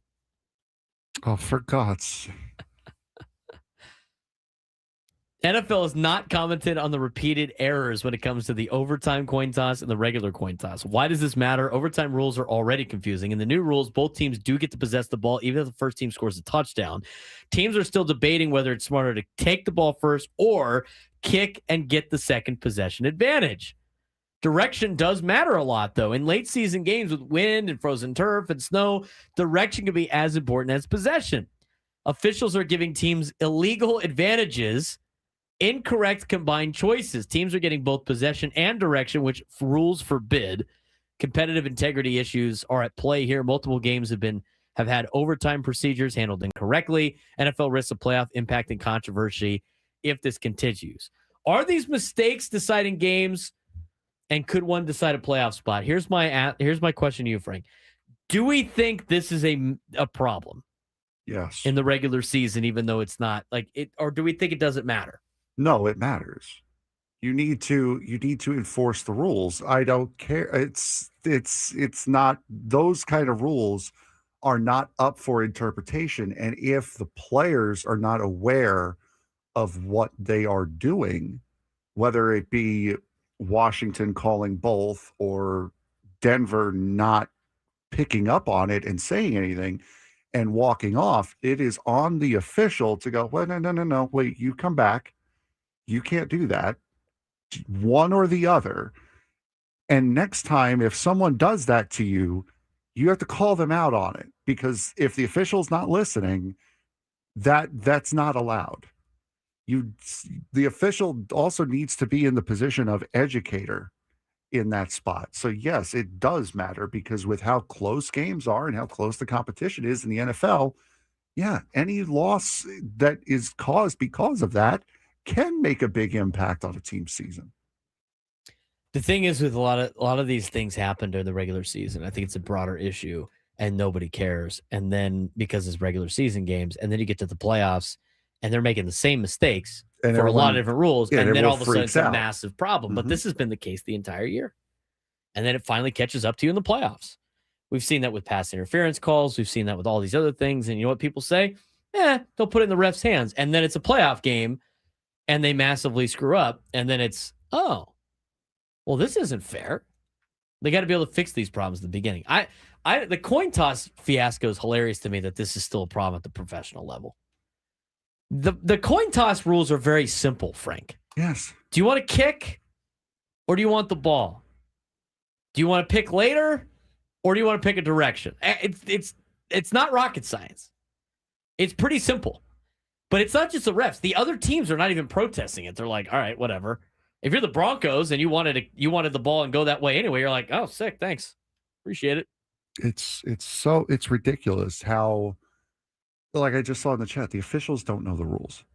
And it sounds like this official did know the rule, because he did hear. You can see him. He's like, yeah, you can see. He's like, which one do you want? Right, but the fact that the Broncos didn't even challenge it. He was like, all right, well, No, I guess but they're okay with that it. doesn't matter. That should not matter. If you're an official, you have to say whether or not, if you catch the mistake and the other team doesn't care, you have to say, no, come back. That's not how this goes. You need to pick one or the other. You have to listen to them. And if they do that again, you have to say something. It's one or the other. The official has to put his foot down and say, look, I get that they seem like they don't care, but that's not how this is done. That's not the rule here.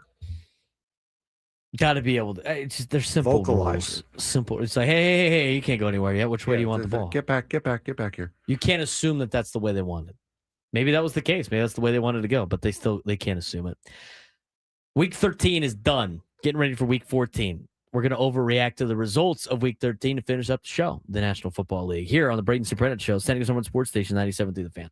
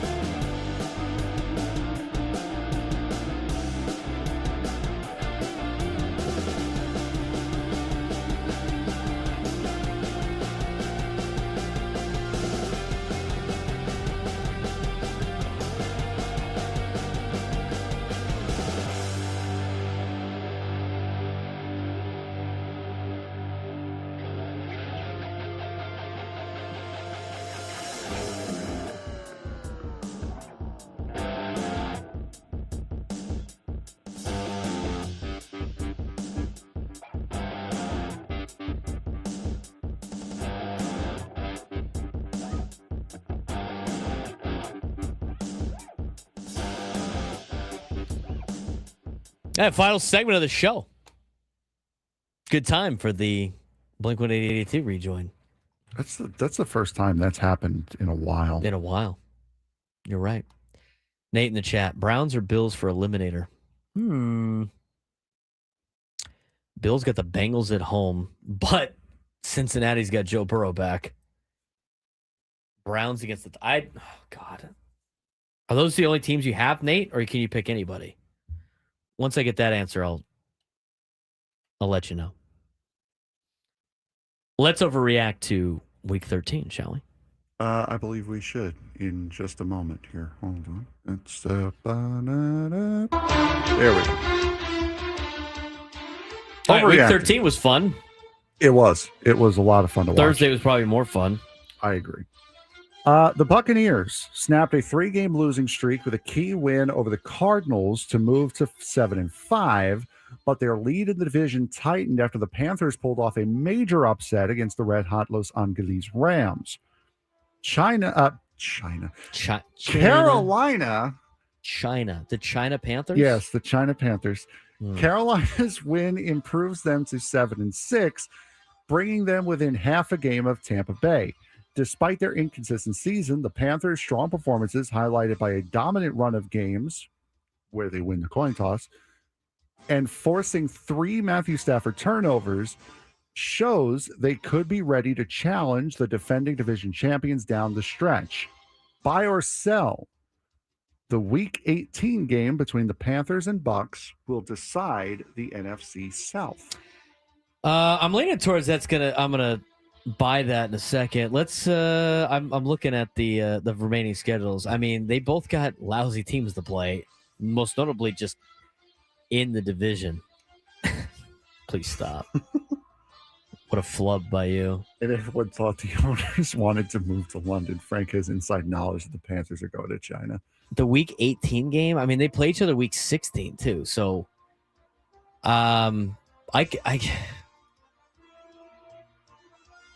are they at right now? Are they tied? There's a 1-game lead for Tampa. Half a game lead because the Panthers have Panthers haven't had their bye yet. All right. I think it depends on both of them. It's not just Week 18; it's Week 16 too. They play each other Week 16. Carolina needs to basically sweep the matchup. What is with that, by the way? I've seen it a lot. 2 out of 3 to finish the season. 2 out of 3 against the division. Yeah, like 2 out of the last 3 weeks. Like even that, the Bears play the Packers twice in 3 weeks. Wouldn't you want that to be like an early season highlight game and then the end of season highlight game if you're the NFL? Instead, you play them in 2 out of 3 weeks. The back-to-back thing's kind of interesting to see. I'm going to sell it because both those games matter. Okay. I don't think it's going to be in a case. I think because I went through on the playoff machine, like where everybody's at, or where the Panthers at, and where the Bucks are at. They're going to win in the same weeks based on who they play, and they're probably going to lose in the same weeks based on who they play. It's going to come down to both of the games because if they alternate, if they split, Tampa's going to the playoffs. So Tampa could lose Week 18 and win Week 16, and they're going to win the division. Fair enough. Carolina will have to sweep that matchup potentially because the question is, does Carolina win out to set up a situation in which the Bucks Panthers game in Week 18? So I'm going to sell it because I don't think the Panthers are winning out. I think the Panthers lose to Seattle Week 17. No AFC North team currently holds a winning record.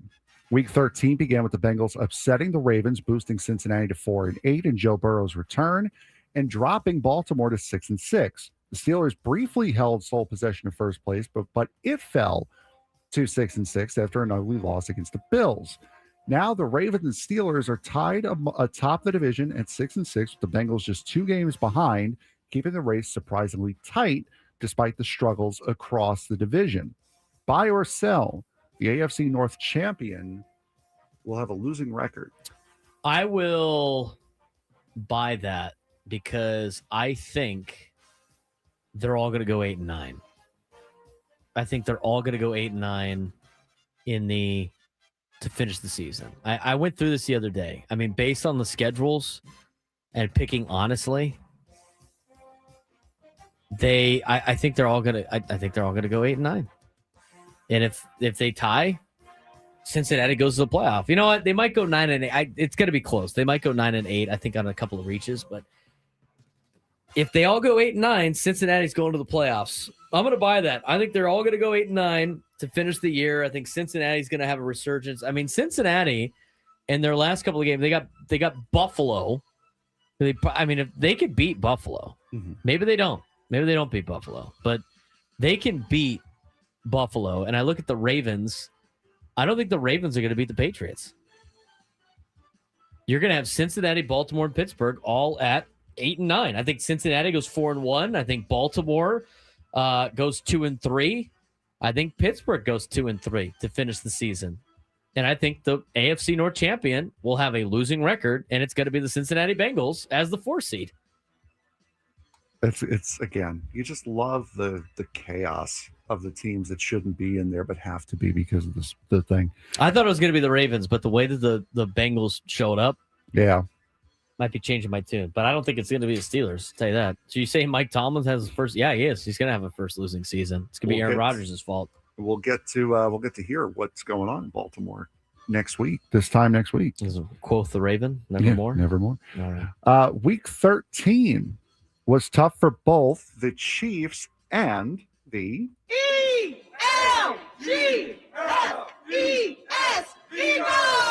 Did she have? She has 2 S's in there, right? Yeah. I gotta type it out to understand how she spells it. ELGS. Play it again.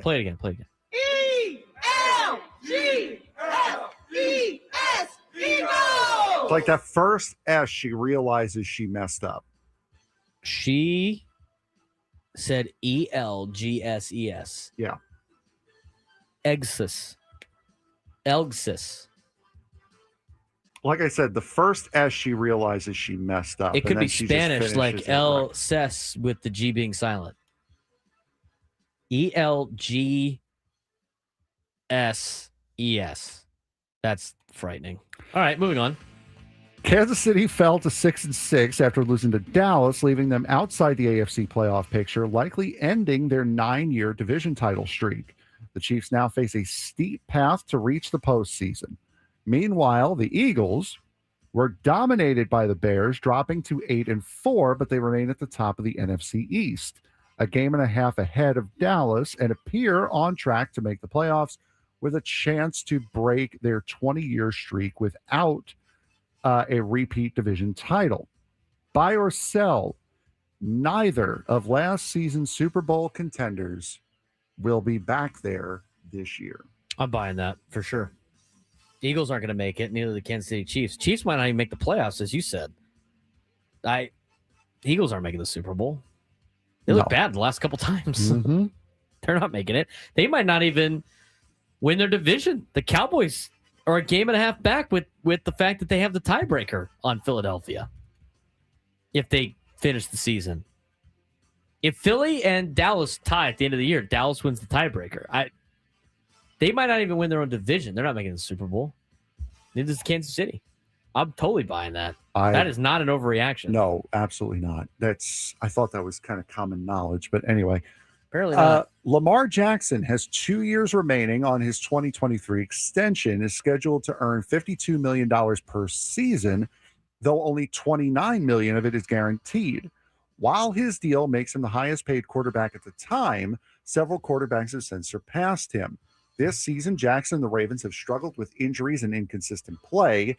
After a 1-5 start, Baltimore rebounded with a 5-game winning streak, but recently lost to Cincinnati. Jackson's rushing and passing numbers are down, averaging 29.3 rushing yards per game and posting a QBR of 57.4, his lowest since 2021. He also has 0 passing touchdowns and 3 interceptions in his past 3 games, highlighting a dip in his usual high-level performance. Buy or sell, the Ravens should not give Lamar Jackson a big extension this offseason. This is a tough question to answer because they're in what I call quarterback purgatory. They have a quarterback that's better than most starters. Mm-hmm. but is having a down injury-plagued year. No, but he's not good enough to win a Super Bowl. You're in quarterback purgatory. It's like, and what they can't do is they can't make the same mistake, the Joe Flacco mistake. The Joe Flacco mistake was he had a great defense in his year, and he went and won the Super Bowl, which is great. It's a game manager guy that won the Super Bowl. But in order to keep him there, you had to pay him. And by paying Joe Flacco, guess who you can't pay? Everybody else. And so Joe Flacco would then have to carry the team. I don't think Lamar Jackson can carry the Baltimore Ravens to a point where you give him a big lucrative thing, because he's going to want a big he's going to want what Dak Prescott got. He's going to want what Brock Purdy got. He's going to want what all these guys got. And he's not worth what it takes to keep him. But now here on the alternative, who else do they go get? Because quarterbacks are not growing on trees. There's not a lot of elite quarterbacks anymore. I think the era of the elite quarterback is over in the NFL. You just missed it. They all retired. It was Tom Brady. It was Phillip Rivers, Drew Brees, Peyton Manning, Ben Roethlisberger. I mean, all of those guys. I mean, you could mix in, Aaron Rodgers during that time frame too. That was the era of the elite quarterback play. You don't have elite quarterback play right now in the NFL. You might have a couple of guys that are elite that bounce in and out of elite, but they're not that elite level. And so for the Ravens, it's do I want to spend most of my salary cap on Lamar Jackson, knowing that it's going to take away from other entities that I have to pay on my team? They're in purgatory. It's probably better for the thing is it's probably better for them to just pay Lamar and try to be young everywhere else instead of, all right, let's not pay Lamar, load up our O-line, and then try to draft the guy. I mean, is there anybody in the draft that really sticks out to you? They're not going to have a high draft pick.